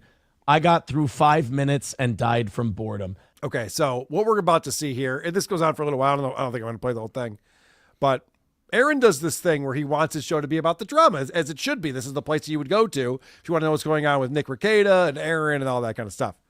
So Nick Rekieta just did a stream. It was back for, doing a major stream for the first time in a while. And Aaron couldn't be bothered to watch it and take notes. Instead, he got all of his information from a thread that hates Nick Rekieta's guts on Kiwi Farms. And that's how he's going to present this to us. Which tells me, if he's telling me about the news, then I can't really trust his sources. I don't really want to hear his angle on JFK or anything that he's talking about if he's getting all of his information about Nick Rekieta from Kiwi Farms. I did not see it. I did read about it. Why do these people still think that's some kind of fucking flex? Like, it's not. I couldn't be bothered to watch it means like he showed up to a date he was stood up on, but I listened to everything everyone had to say about it and actively read everything I could, but I couldn't be bothered to watch it. Just fucking watch it, come up with your own opinion, and I'll listen to it. You just don't want to take responsibility for anything at all, and you think watching it makes you some kind of loser. No, it makes you interested in how this trial for your life is going to go. It's your one job right now, Aaron, is to keep up on what Nick Rekieta is saying and doing, because that's all you've been talking about since April. It's all he's been talking about is this. I would assume I was the only one who could get, listen to it and get the best information from it. I wouldn't think anybody would know better than myself what this guy is saying and what he really Adam, is. if this were you or me, we would have clips of Nick's stream and going, and right here you could tell he's lying. Look at how he says this thing, but that's not what happened. Like, you would be breaking it down however you would be analyzing it. Instead, he just goes, oh yeah, I heard he did a thing, but I heard it was boring. Carl, if this were you and me, our wives would still be fucking. That's a good point. I did 20 minutes on Chad's teeth today. he never shows first-hand sources. He will only ever show other people making fun of people he hates, and that's the only time he'll display something. Yeah, he needs someone else to tell him how to think about something. Exactly. That's why not the Bee and Fox News, like everything is through those. So he doesn't give us news. He tells you what he saw other people present. Mm-hmm. Well, that's why his sources are fluid too. Whether they're good or bad. Kiwi Farms or Redditors are loser piece of shit incels when Dean, the Aussie guy, has a point, right? But you're like, oh, you're just one of those incel Kiwi Farm Redditor guys. Or when Kiwi Farms post court documents that show that he's physically abusive to his wife. That's Kiwi Farms. That's just bullshit. We're not even gonna pay attention to that. But any trickle of anything that comes out about Nick Rekieta, he runs over there like he's gonna suck Nick's approval out of his cock again. Was commenting on it, and that seemed to be the consensus. The consensus was two things. It was remarkably boring, but you have to remember. It's remarkably boring. Oh, sorry. I didn't hit the thing. You said the secret word! Can something boring be remarkable? It's like when it changes. It's like it's just a placeholder word for something. Like yes. It does not make any sense. I didn't get the joke. He's a boring guy. He's not a good broadcaster. Like, he's not a good presenter. He's not a good show host. Now, I just want to point out, wasn't Aaron saying just the opposite of this about Nick Rekieta when they were buddies? Yes. Wasn't he praising Nick for how amazing he is? Went over there and picked up Nick's costumes, the Pope hat, the hammer, he loved it. He was like, oh my God, we're in like a real studio. It's like if he went to visit any like Kumia's compound, he'd be like, oh my God, you mind if I get a picture behind the desk? Yeah, but this is why, and I don't know if Aaron doesn't understand this or just doesn't want to come to grips with it. This is why he's lost all credibility, because we can watch him from a year ago saying just the opposite of this, and then watch him today saying this, and then what's going to happen 6 months from now? What's going to happen 12 months from now? What's he going to be saying? It's always the opposite. Yep. I don't know if this is going to rub people the wrong way or not. But was just, sorry, I saw a clip posted by Pretty Antisocial which said when he was on the outs with Keanu, he said, oh, they pretty antisocial girls talk shit about Keanu. Well, I'm a fan, and now he hates them. Because he's friends with Keanu again. It's all about whether someone is good or not is based on whether or not they like or hate the people that you like or hate. I have to point this out real quick because I got a text from Soft Weekly. So I just want to clear the air real quick. He says, I have the link to that Spinal Tap song on steeltopia.com, the website I'm building devoted to Aaron. Now people will say I stole it from you. Soft loses again. All right, I'm setting the record straight. You had that on there, and I only grabbed it because of the Piggy monster. I don't know why I never put those things together. Everyone, Soft Weekly discovered Steel Toe. Okay, all right. Yeah. Soft Weekly found him first. We stole him from him because of him. We shooed him away. Eric July is an illiterate retard. He's a real Newport. I'd send a firecracker his way. He does more for me than both of you combined. He's mastered the art of cancer grifting. Don't forget about my grifting Mr. Beggy monster. Can you imagine if he got cancer? Holy shit. Oh my God. It'd be the best thing that ever happened to him. Holy shit. The GoFundMe's alone would be amazing. So you just saw that thank you super tip system that was from Mersch Divorce the Imholtz. Talking about Eric July. I was watching Aaron talk about Eric July. If you know who that guy is, he's a right-wing black guy who decided that he was going to stand up to big comic books and create his own comic book and show the liberals how it's done and everything like that. And so he's a darling to the right-wingers who are looking to have a counterculture to the mainstream or whatever. And Eric July is panned by my buddy Dick Masterson and a few other people because he's not a good writer. His comic books suck. It's not high quality, and he raised millions of dollars to create it. Yeah, you said he was black. So Aaron goes on his show. This motherfucker. So Aaron goes on his show and he just goes, yeah, I don't know. I don't get this thing about Eric July. I mean, the guy, what does he do? He makes comic books and people like it. I don't get it. Well, then look into it, asshole. What's the point of reporting something so basic like that? I don't even understand. Well, then don't talk about it. You don't know what you're talking about. Guys, I think you are wrong. I am gay. I'm like Joey C. Wife, but I'm a two-hole slut that loves Nick's cum.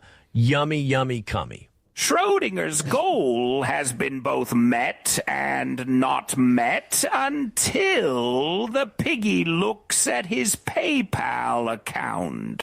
Yeah, that's true. The refresh. Mm-hmm. Rawr. Just do it. I'm back to being straight for a few minutes. Can Jenny bring her ample jingles to my backdoor pottery barn? Too late back to sucking Newport snakes for fun and prolapse profit. This Aaron guy slurps some mangoo, and that's not the goal. It's my goal to get some knicker jizz daily. We should talk. I like sucking nicks, and you like getting squirted in the face by a nick. Yo. My wife needs to make a buck this weekend. How will I get to Hackamania without selling my spumoni to the neighborhood knickers? She's got every hole cleaned already for the action. We've got a knickers problem with this thing. Yeah, I think so. Yeah. No one's even an NBA fan that's talking about this stuff. Steel Toe claimed his show had a 30 share. No way, bro. No way. Was that Coach Weekly? That's great. I love it. I have never been so proud to be a Tesla owner. Oh, Steel Toe. Let's have a snowball fight. Wink, wink. Look at my view, Aaron. You will never be me. Anthony and Jim are nobodies. Check out my YouTube. Why am not I even here? I'm disgusted by woke dad's love of Hitler Musk. Oh, hi, Opie, call me.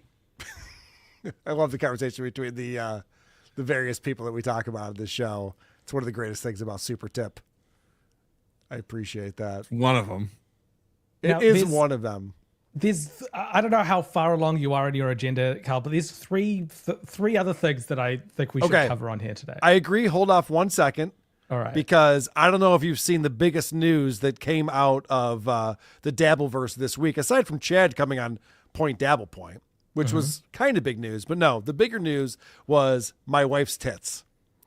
And the ghost of Coach of the ghost of Mr. P says, "Hi, Jenny, can I see your mom cans bounce to Slayer?"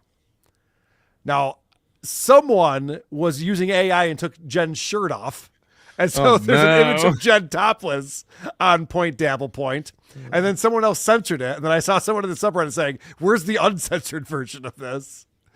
And I imagine you launched a lawsuit immediately. No, but my wife was not topless on Point Dabble Point this week prior to popular. She got a lot of consensus. fans this week. People were saying she looked very hot, which is not what I can say about the Hackamania Heroes trading cards we're releasing. Nobody likes how they look. North Idaho Pest Control, $5 says, Moody, please make sure Super Tip works for PCL. Don't really care about this show. So he came over here just to make sure that Perry Caravello. It'll work fine. I've unchecked the box for break super tips for PCL. Smart. The Daily Starmer with £5. In the UK, kids can drink with parents in a beer garden. They just can't buy around. Cheap bastards. That's really a better system, in my opinion. I think when you're 16, you can have a beer with an ale with a carvery. Like you can buy meats and drinks at the same time. What a life. To Rumble Trench, go to Combo Podcast, $5. Aaron, if something is remarkable, please remark on it. Otherwise, it can't be that remarkable. He does not understand that word. Right. Yeah. I didn't even think of the word remarkable and what it means, but yeah, they've got a good point. Moody, I'm interested to hear your list. We have to get into the whippets thing. What else? All right. Let's leave the whippets thing to last. First thing is this USA Boxing coach accreditation thing. Oh, God. He's on one about this. Sorry. So what happened with this whole going back and forth? You can watch last week's episode about Aaron's, whether he's a coach, whether he's not a coach, and all of that. Aaron submitted to become a coach licensed with USA Boxing, which constitutes paying a whole bunch of money to them. It's not a lot, like $60, plus paying for a background check. Now, the background check will check for things like whether you have charges or you've been convicted of things like, I don't know, abuse or violating a restraining order. So that's going to be triggered. They call those red light findings in the background check. And it takes 10 business days to happen, which should be end of next week. We should be getting the results of those. Okay. But I think through Aaron just wanting to be called a coach, he's going to maybe trigger something that then gets him kicked out of USA Boxing altogether. Because that's your prediction on this because of the background check? That's my prediction. There's two things. So, yeah, there's the background check for the for violating the restraining order, but then also there's open charges for a felony. So if he gets a felony in this revenge porn case, that's also a red light finding. Those are red light findings are you get kicked out. And the best part is he was an unofficial coach, legitimately, I guess, coaching under the table. But in order to stick it to the haters and be professional, he filed or he purchased an official coach non-athlete license or whatever, which triggered a background check, which shall suspend his boxing license. This guy just keeps shooting himself in the foot.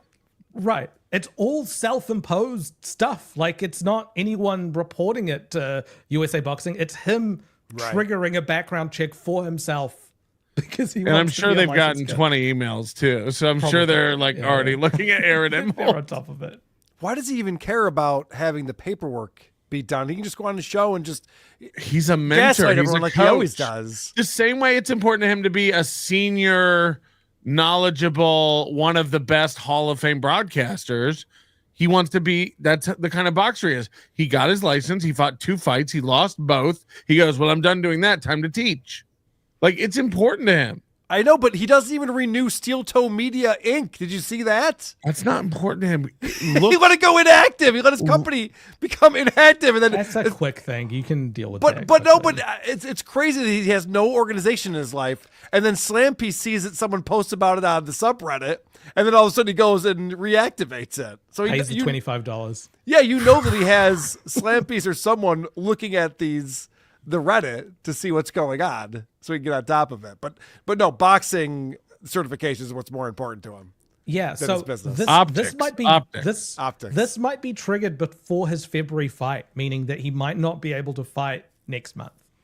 So it's up in the air. That would be a shame. That would be a shame. I think we all want him to fight in this boxing match. there is a world where Tukey is USA Boxing licensed and Aaron is not. Yeah, it's I called. mean, there's a This world where all of us are. Like, right. See, I wonder if he can do that because I think in his mind, these are all different people with different audiences that never commingle. Like he's the coach mentor to these kids. He's a morning show host to those people. He's involved in internet drama for those people, and he's an ex to that person. So the idea of Tukey and him fighting in front of his boxing friends, that's interesting. there's no way that those kids that he coaches from 15 to 20, whatever it is, there's no way he doesn't tell them about his radio show because he's such a narcissist. Yeah. And then there's no fucking way they're not looking up and seeing what a fucking goof their coach is. Like, there's no way. A lot of his power comes from separating those, Adam, as you said. Like, he can, to his like podcasting audience, he could be like, yeah, I box, and then no one's gonna check in on that. And to the boxing people, he'd be like, yeah, I do a show that thousands of people watch online. And that's where that power comes in, that he can separate those two. But as they start mingling, there's going to be a lot That's and why when you're things seeing like the- that picture that comes out, that's a betrayal, and that man needs to Right. go to jail, and we need to punish him because you can't intertwine these worlds. They need to be separate. And to your point, Melton, when those kids see that show, they hate that language. They hate everything he says and how Right. he says it. You don't just use words like that. Like, it just makes him sound old and Yes. stupid. Also, again, no one's as dumb as he thinks they are. These kids know he's not good at boxing. These kids know he sucks. So, like, he's a joke around that gym 100%. And when these worlds collide, that's why I'm like, I'm putting an offer out there to any of these kids to film him, send us some coach footage. We'll start a college fund. You're right. They all hate him. They hate him online in the chat. They hate him at the gym, but he tells the gym people he's a famous podcaster. He tells the podcast audience he's a heroic fighting gym coach. Right. And none of them are allowed to meet each other at Stoney's. But now he's going on his show saying that Coach Scott was lying. Like he's coming out and saying things about these people in his life that. But that's what he does. He throws everyone under the bus when it's convenient. Gino and Kiki, now they're back because it's convenient. Look, Ashley was a piece. When April came around, he told her Ashley was a monster and a piece of shit and unreasonable. And then he made April believe that. And then when he was done with April, he's now made Slam Piece believe that April was a piece of shit, abusive monster who was on drugs. And then when Slam Piece is too dumb to know it, but when she's gone, I think it'll get worse. It's just getting worse and worse. He used to say that I was a good broadcaster. He used to like WATP. Mm-hmm. Do you think he was being insincere? I mean, I was listening you back. lost your talent. I was listening back on the Blind Mike project where he was playing the clips. I was like, oh, this guy used to think I was good. Was he lying to me this whole time? It's so disappointing. All right, let's talk about Keanu. Let's talk about this whole controversy. There's just. He's got one more before that, thing. There's the your show, Moody. Let me get out of the way. I'm sorry. Yeah. So he's got a jury trial that's been. Thanks for putting me in the host. Go ahead. He's got a jury trial that's been scheduled. So a lot of people are very excited about the prospect of Aaron going in front of a jury and a whole bunch of people watching portions of his show. Which, Not going to a jury. Yeah. So I really doubt he's going to go to a jury trial. If any sort of trial he's going to go to, it's going to be a bench trial just in front of the judge.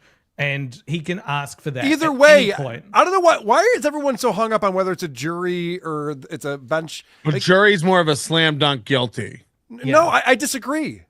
Either way, it's a terrible decision. If the prosecution is bringing this to trial, they're going to win.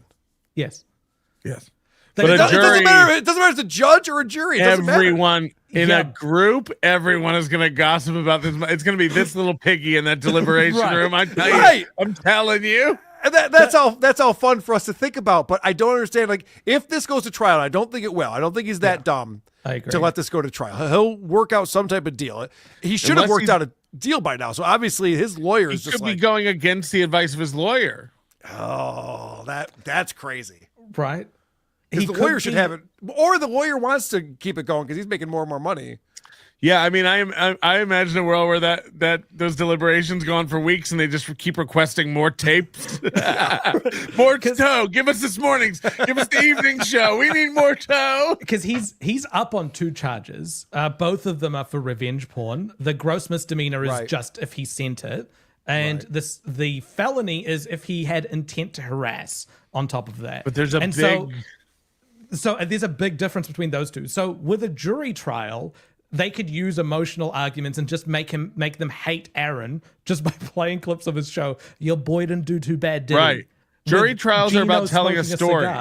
Right. Jury trials are who tells the best story. But juries are instructed to make their decisions based on the evidence and not about feelings. Joey was instructed he could download a plugin from a link that I provided in a manual, and he still emailed me to tell Moody to send it to him. Right. I saw that.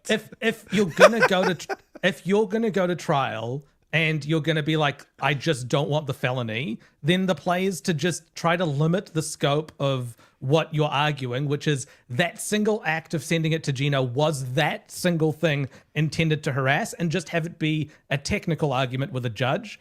You could maybe get rid of the felony, but to go to a jury trial where they can hate you, I just don't see that happening. He's going to plead out anyway, but if it goes to trial, it's not going to be a jury trial unless he's so deluded to a point beyond where I think he is. Well, his argument against the felony is so cold and monstrous to begin with. He has to prove that either he had just spoken to this woman the night before, so of course she was on my mind, or I wasn't thinking of her even in the slightest while I was sending nude pictures of her to my buddy. It's worse.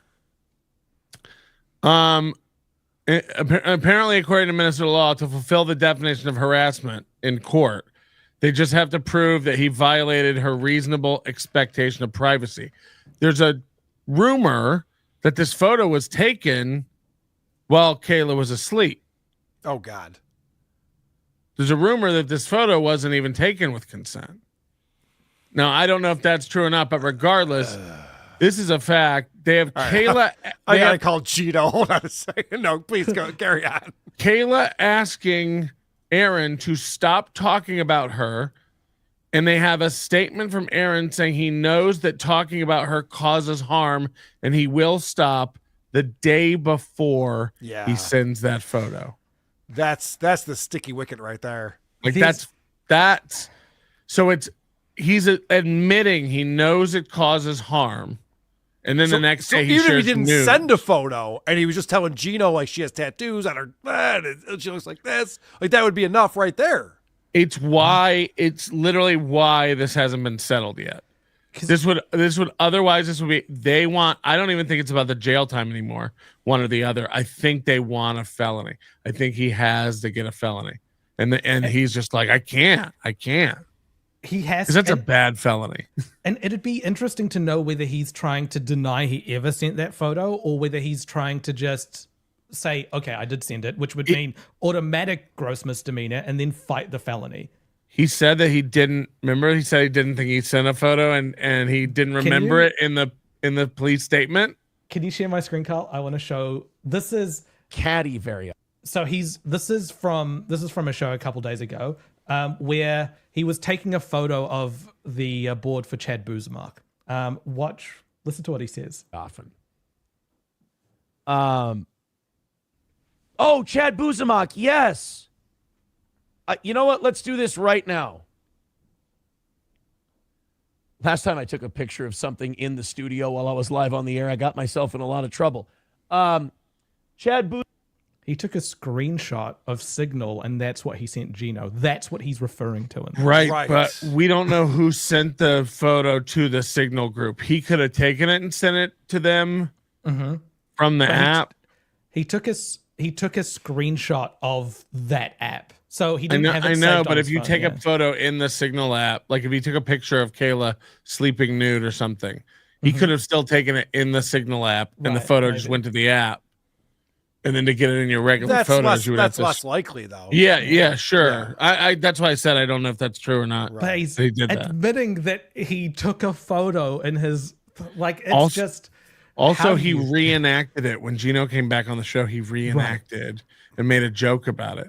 And even a judge, you can't play on a judge's emotions as much as you can a jury, but judges don't like being mocked. And there's also a lot of clips that I know Nick has of him going like, "This is bullshit." The judge even knows it's like, and if you read the bio of this prosecutor, she's a badass feminist bit. Like, this is not gonna go well. I'm telling you. Female prosecutor, female judge. The victim is a female, and he has a prior history of how big harassing are the females. judge's tits, though?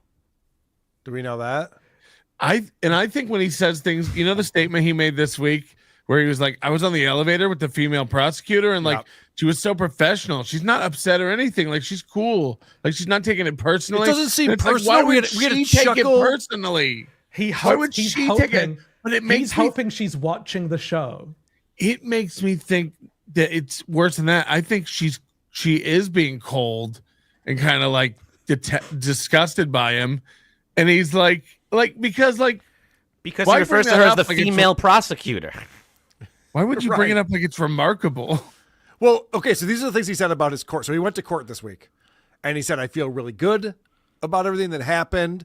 I was being a little greedy. I wanted the whole thing done, but it wasn't going to get done," which by now it could be done. He says, in between court dates, I completely forget about this because this isn't even on my mind. Like, these are all lies. It's obvious. Like, why would you say these things out loud unless they're lies? I don't even think about this. It's not on my mind. Everyone's great. Everything's good.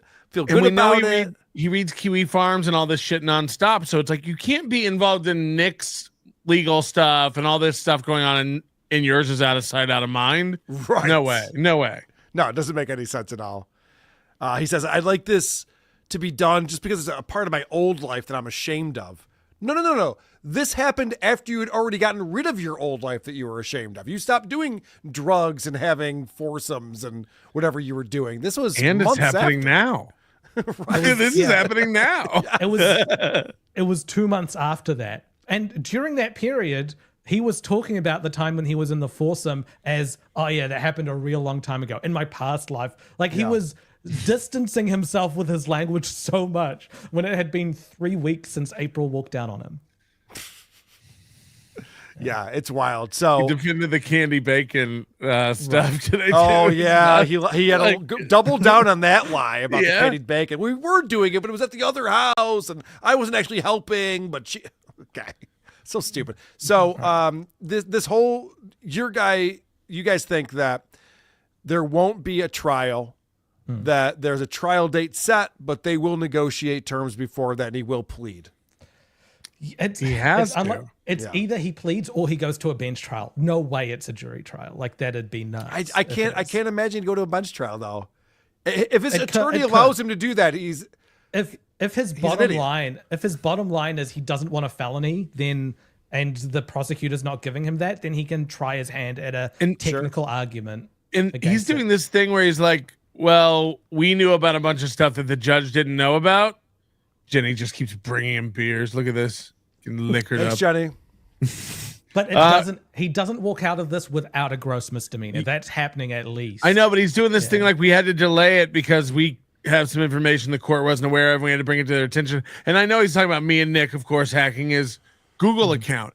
But it's still, no matter what, I keep saying, like, that has nothing to do with him sending revenge porn. And as a matter of fact, him mentioning Kayla, showing Kayla's photo, going on other shows talking about Kayla during this time when he wasn't supposed to be doing that at all, talking about April and Nick constantly, flirting with it, like walking that line, showing a complete disregard, again, for the victim in this crime that he's shown no remorse for. Like, it's not going to go well. All this is relevant to this case, actually, not the Gmail hacking. That stuff, those violations are relevant. If there's anything they're waiting to process, it's Nick's stuff that he's submitting, or sorry, Kayla's stuff that she's submitting on behalf of herself, because that is pertinent to the case. Sorry. No, I think it's outrageous. Nothing goes so fucking annoying. Nothing goes to trial anymore. We've set up a system in the United States that nothing goes to trial. The majority of attorneys have never been in a trial. Right. It's all negotiations behind the scenes, and they work it out, especially something like this. So if Aaron does decide to take this to trial, it's against what his attorney recommends, and I doubt it will go well. But I could be totally cost him, and it costs some money as well. Like this will be expensive. He might not be listening to his lawyer because he's a clearly narcissist. in denial. And you said it before. It's the language he's using that's telling everything. He keeps saying, I wanted to get this over with, but then we have some. He keeps using this language as if he's in control of this situation because he's not admitting that this is something that is happening to him. He's acting like the plaintiff. Yeah. Imagine once he gets the gross misdemeanor and the judge is now sentencing him for it, they play I had a good time at jail. Jail was fun. If it's so fun, all right. How about you go there for 2 months? Like, it's not. And I don't think about this ever when I'm not, yelling about it on the show and referring to my current girlfriend as a slam piece, Your Honor. He needs to be showing some element of remorse and understanding what he's done and that he'll never do it again. He seems like someone who's ready to do it right now on his show. He's never said, "I'm sorry" to Kayla. I'd never, even just going like, I never did that with the intention to like hurt you or embarrass you. Sorry about that. Yeah. But also because he can't. He's in the middle of a trial, but he doesn't understand that when it comes to Nick. But his whole personality is around being an unapologetic asshole, and so he's never going to break that. He's always going to be like, well, them's the breaks. Hence proverbs. Right. They wanted to get a jury trial, but they couldn't find 12 people who weren't tow boys, so they just had to. That's going to be the thing. We're going to move the venue. Can we move the venue? We're going to have to. We need another. Everyone who would be a fan. Who would be a peer to Aaron Imholt, the third greatest broadcaster of all time? Can't even find that in Minnesota. Going to take this to Wisconsin. We're running about 5 minutes after the hour. I want to just check and see if anyone has fuck, a I'm hard late. out. I got to go. That's what I thought. Patrick, thank you so much, buddy. Nobody Likes Onions. Are you on tonight? Oh. Yeah, okay. Fucking guy. So good at promoting himself. So the last thing we want to talk about is the whippets. Oh, I do want to. Let me just get caught up real quick. Right. And quick plug. I think I'm going to go on Uncle Rico show tonight. Shuli reached out to me, and apparently they're going to start playing some of these calls with Kate Meany and Cedric John. Wow. Yes. There's something's going to come out tonight. Season 2 of the Kate Meany tapes. So tune in for the Uncle Rico show tonight. Does that man know how to verify integrity? Oh, I cannot wait to see what he was lying about to Kate to see if he could verify that. Cash with $5 says Nick should apply and get a job on local radio. Aaron would implode. That's really funny. He probably Patrick's going to be doing a radio show in Vegas. So. Is he? Yeah. There's an FM one, I think next month or something like that. The ghost of coach of the ghost of Mr. P2 Bucks said, I just signed up for my first fight versus Jenny's chest. Matthew Rowley, $5 says, wait, you didn't get Hackett's Google account right? Aaron's special self just left it logged on Nick's PC, right? Wait, you didn't hack his Google account, right? Oh, yeah, no. No one hacked his Google account. As far as I know. I mean, I'm not a part of this in any way, but no. Hey, our boy Brian Johnson, who was just on the Creep Off today, chiming in. Carl, can I get that uncensored pic of Jenny Jingles? Come on, man. You see my wife's rack. It's only fair. Good point. Coach Weekly coming in. There's a remarkable amount of documentation of me committing the crime. It's a minor felony. In the elevator, the bailiff told me he is a fan of steel toe. I'm starting to think the judge is too. Perfect. He really does tell us everything we need to know with thinking that he's being sly. Mm-hmm. Thinking that he's putting one over on all of us. She's like, I'm going to tell my audience this, so they think that. It's like, no, we all see right through this. You're not like, convict me of whatever, just spell my name right. You're not good at this. All right, let's talk about whippets, and then we'll wrap things up. Okay. So, Adam, you probably saw this week, where Keanu on her show was making some reference to Nick doing whippets. I think it was Nick, right? The reference he was making? Nick doing whippets, yeah. And she was like sneezing, whippets, and doing that kind of thing. But it was nothing, no details, nothing. It could be seen as just like whatever. Aaron hears about this or sees it or something and decides to tell an entire story about Nick and April doing whippets so they could pass drug tests and still get high. And he goes off on this whole thing. So then Keanu calls him up during the show and goes, what the fuck? You're acting like I'm outing people. I didn't say anything about April. I didn't say anything about anything. You're the one saying all this. And Aaron had to be sly about it. Just be like, oh, I know. But, I really did keep a secret well, though. I mean, obviously you already like kind of let it out there. So I just kind of filled in some blanks. And it's like, no, Aaron, you told everything. No one knew anything about anything. If any of this is true, it was only Aaron talking about this. Aaron had talked about whippets in June of 2024. So he talked about how Nick does whippets and all of that. The bigger thing that came out of this is that April was doing whippets in her truck to get around the drug testing. Mm-hmm. And so Keanu was worried about April and so wanted to get in touch with April's parents. So she called Aaron to get April's parents' number as well as telling Aaron about everything that has happened and apologizing. So that's what's happened, which is totally unbelievable. I can't believe that there is a person like Kiki that exists. Like that's horrible. Like what she's done is terrible. Like it's a disastrous thing to be doing. Like clearly if April is doing that, she needs some help and there needs to be people in her life that intervene.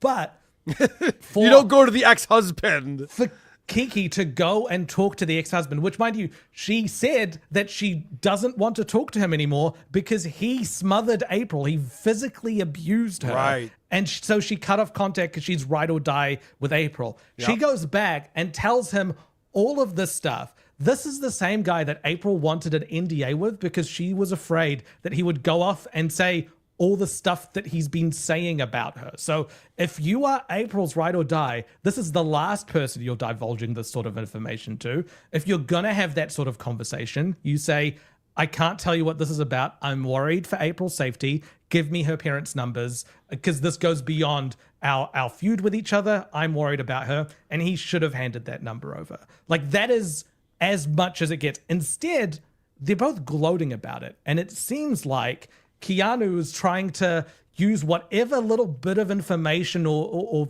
like little insider gossip she's got in order to go off and like make herself a little bit more relevant, which is bonkers because worldwide, the number of people that care about this, care about Steel Toe, Ricada, all this stuff, 20 to 30,000. Like I'm thinking about how many people know those names. 20 to 30,000 would care about what's going on here.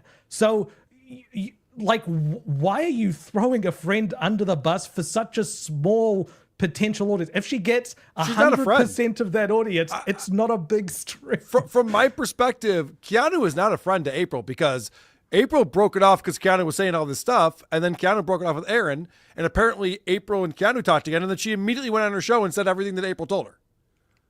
Not everything.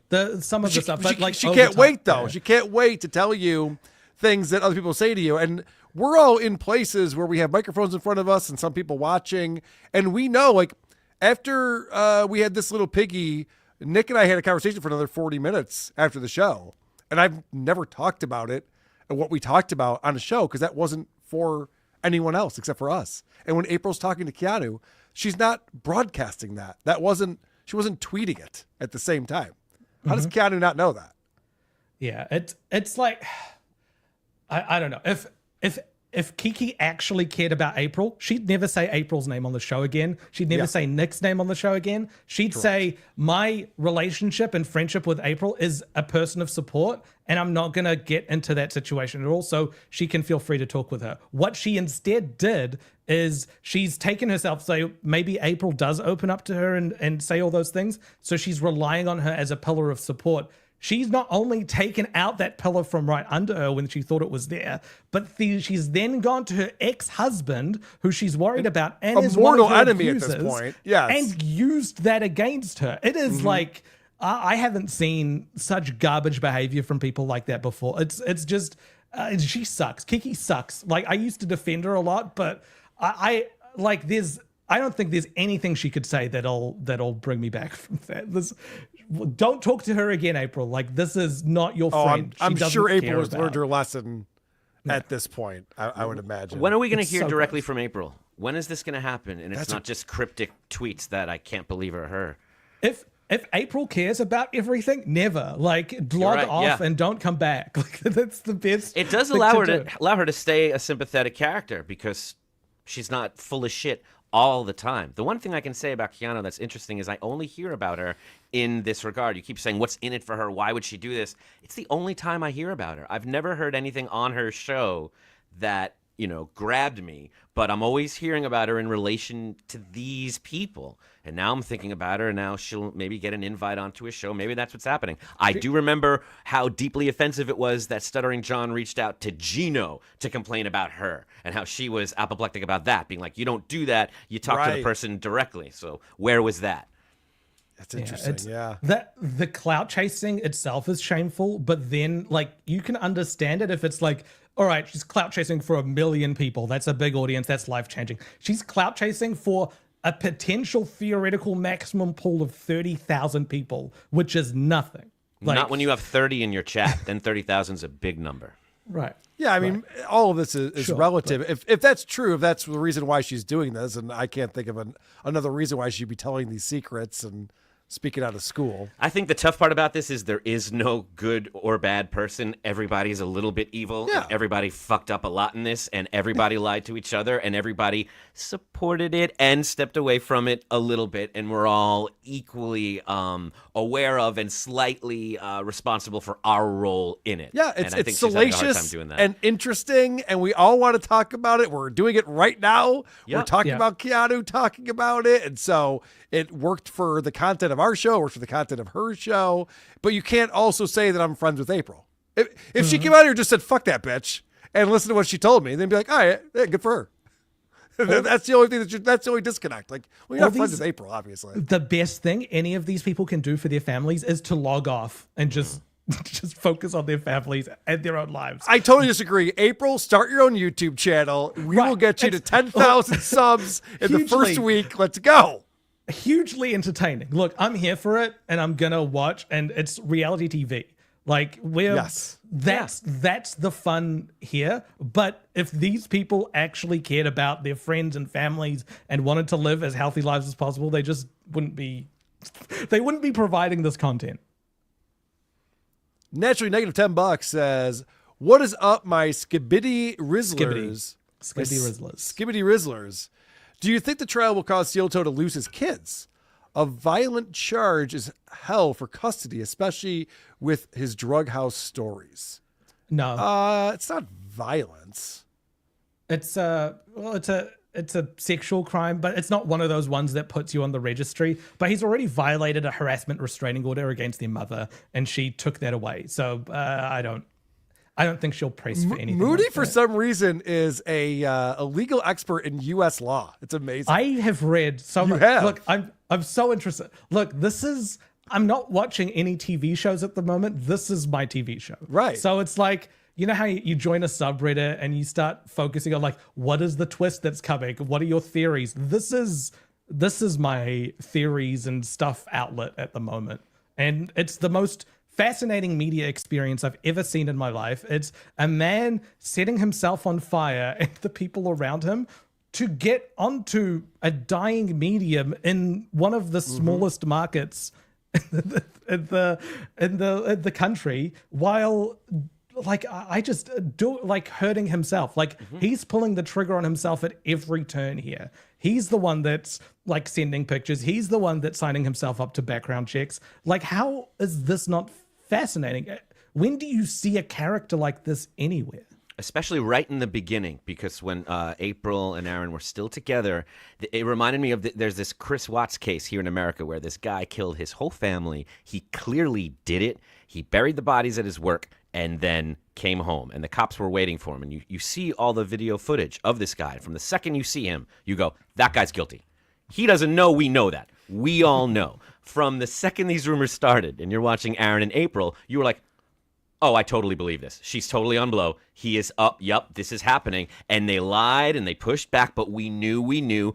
And then we got to see, oh my God, he did it. He murdered his family. This guy, everything we thought was true, and we're right. That was so satisfying to see that I'm still high from it. I'm still coming down from how amazing every little detail that we suspected was what happened, and now they're still scrambling over it. You don't get anything like that except when the police body cam footage plays in real time. But like he's brought, like you said, but the only twist is it's not the cops filming him. He's pressing record himself. Yes. It's like the Jinx when he's like signed up for an interview to talk about everything. We keep talking about this. Why do they all feel the need to confess these horrible things to their friends? John's always doing that. These people are always. I've done some bad things. I never talk about it. It never comes up. I'm not compelled to. I don't need to get it off my chest. I've come to terms with it. I don't know what's wrong with these people that they keep doing it. Why does he do it looking right at the camera, thinking we don't know he's talking about himself? It's endlessly entertaining. And a lot of these things would make a great documentary, but this one would make a great movie. Like, people would want to play these roles. They're so complex, and everyone's good and bad. It's very interesting. Would they, like, it's just, it's such a convoluted story with one-dimensional characters that you wouldn't believe in fiction. I don't think this would work in fiction. Really? Yeah, I just don't think so. One-dimensional characters is what fiction's all about. What are you talking about, Moody? That's perfect. Because you get, like... No, I know what I understand what you're saying. Like, how do you? Yeah, you can't believe he's so truly evil. But it wouldn't seem believable, right? I was watching him talk about Pokemon, and it was fucking insane. He doesn't exist. First, he's ragging on everyone that likes Pokemon, and then he's making fun of all the Pikachu and Beetlebot names. Then goes right into, but make sure to get those super chats and those Rumble rants. Worshipping that is fine, but these Pokemon people are fucking crazy losers. Then goes on to say, yeah, I used to be into Pokemon, but I'm not anymore. And my kids, and my kids know I'm over it. But I did buy my kid a Pokemon the other day because he was good and he asked for one. So it was like, okay, so Pokemon is a huge part of your life, and you were just ragging on these people for the same fucking thing. That's hilarious. Amazing to me. He is one of a kind. That's why we love Aaron, and we love all of you for tuning into this little piggy. I want to give you some programming notes. This Wednesday on this very channel at Carl WATP, the Who Are These Podcast channel, my buddy Adam Busch will be with us, 5:30. We will be live for an episode of Who Are These Podcasts for everyone to watch and enjoy, 5:30 Eastern. So tune in for that. We're looking forward to doing WATP, not behind the paywall, but live on the show. Anyone can tune in with Adam and producer Chris. And Moody, when you're not on the subreddit typing up long diatribes of your research and understanding of what's going on. It's getting into an interesting part where it's like there's actual rules and laws around what happens next. And I want to know what that is. Before it was just like speculation on stuff. So it's fun. I appreciate it because I'm in the text thread. I see all your analysis and your findings, and I'm not doing that work. So thank you for providing that.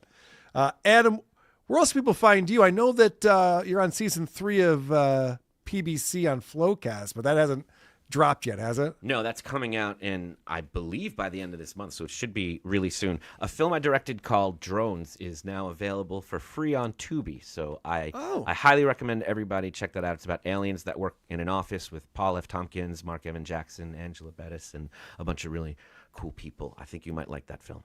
No shit. That's awesome. All right, I'll definitely check that out. Drones on Tubi. We've also got, just confirmation in the chat that Nick has pleaded guilty to third-degree possession. All other charges dismissed. April's case and Kayla's case have both been dismissed. Wow. Whoa. Big if true. Mercado Law. I pled guilty to third-degree possession. All the charges dismissed. April's case and Kayla's case dismissed. Wow. That's some deal right there. That's impressive. Cool. So, I'll be sentenced to probation on April 18th. So sentencing to come. Is he on the courtroom steps texting us right now? He might be. I feel like this is breaking news. I got to tell Carl. That we're hearing about. Wow. Nick, thanks for ending this episode with a bang. Appreciate that. Rumpel Trenchcoat, $5. As Adam's right. This has Buttafuoco vibes and would make a great made-for-TV movie. Thank you. Don't tell me how to Hollywood movie. Come on. We were aiming a little higher than that, but I agree with Classic. you. But it's Legendary. like, how do you demonstrate his seething on the show without making it be cartoonish? Like, there's the microaggressions between, like, you lose all of that in a movie. Well, you won't when he's bad at what he does, because he'll always be bad. You know what at it what is, he does. Moody? Whenever they make those movies that are based on true events, they always exaggerate the characters and exaggerate what happened. This one they have to downplay. Right. You know, they have to be like, he's not that shitty at podcasting. Seriously. Yeah. All right, guys. Thanks for hanging out with us. We'll catch you next time on This Little Piggy. There's a show in town, it's going down. Every week we're back on solid ground. Steel toe slipping, but we're gripping. Got the tea to spill, it's always flipping. From April's script to Aaron's glee. Oh, this drama's just a spree. Polydrama, legal trauma, another win. Oh, that's the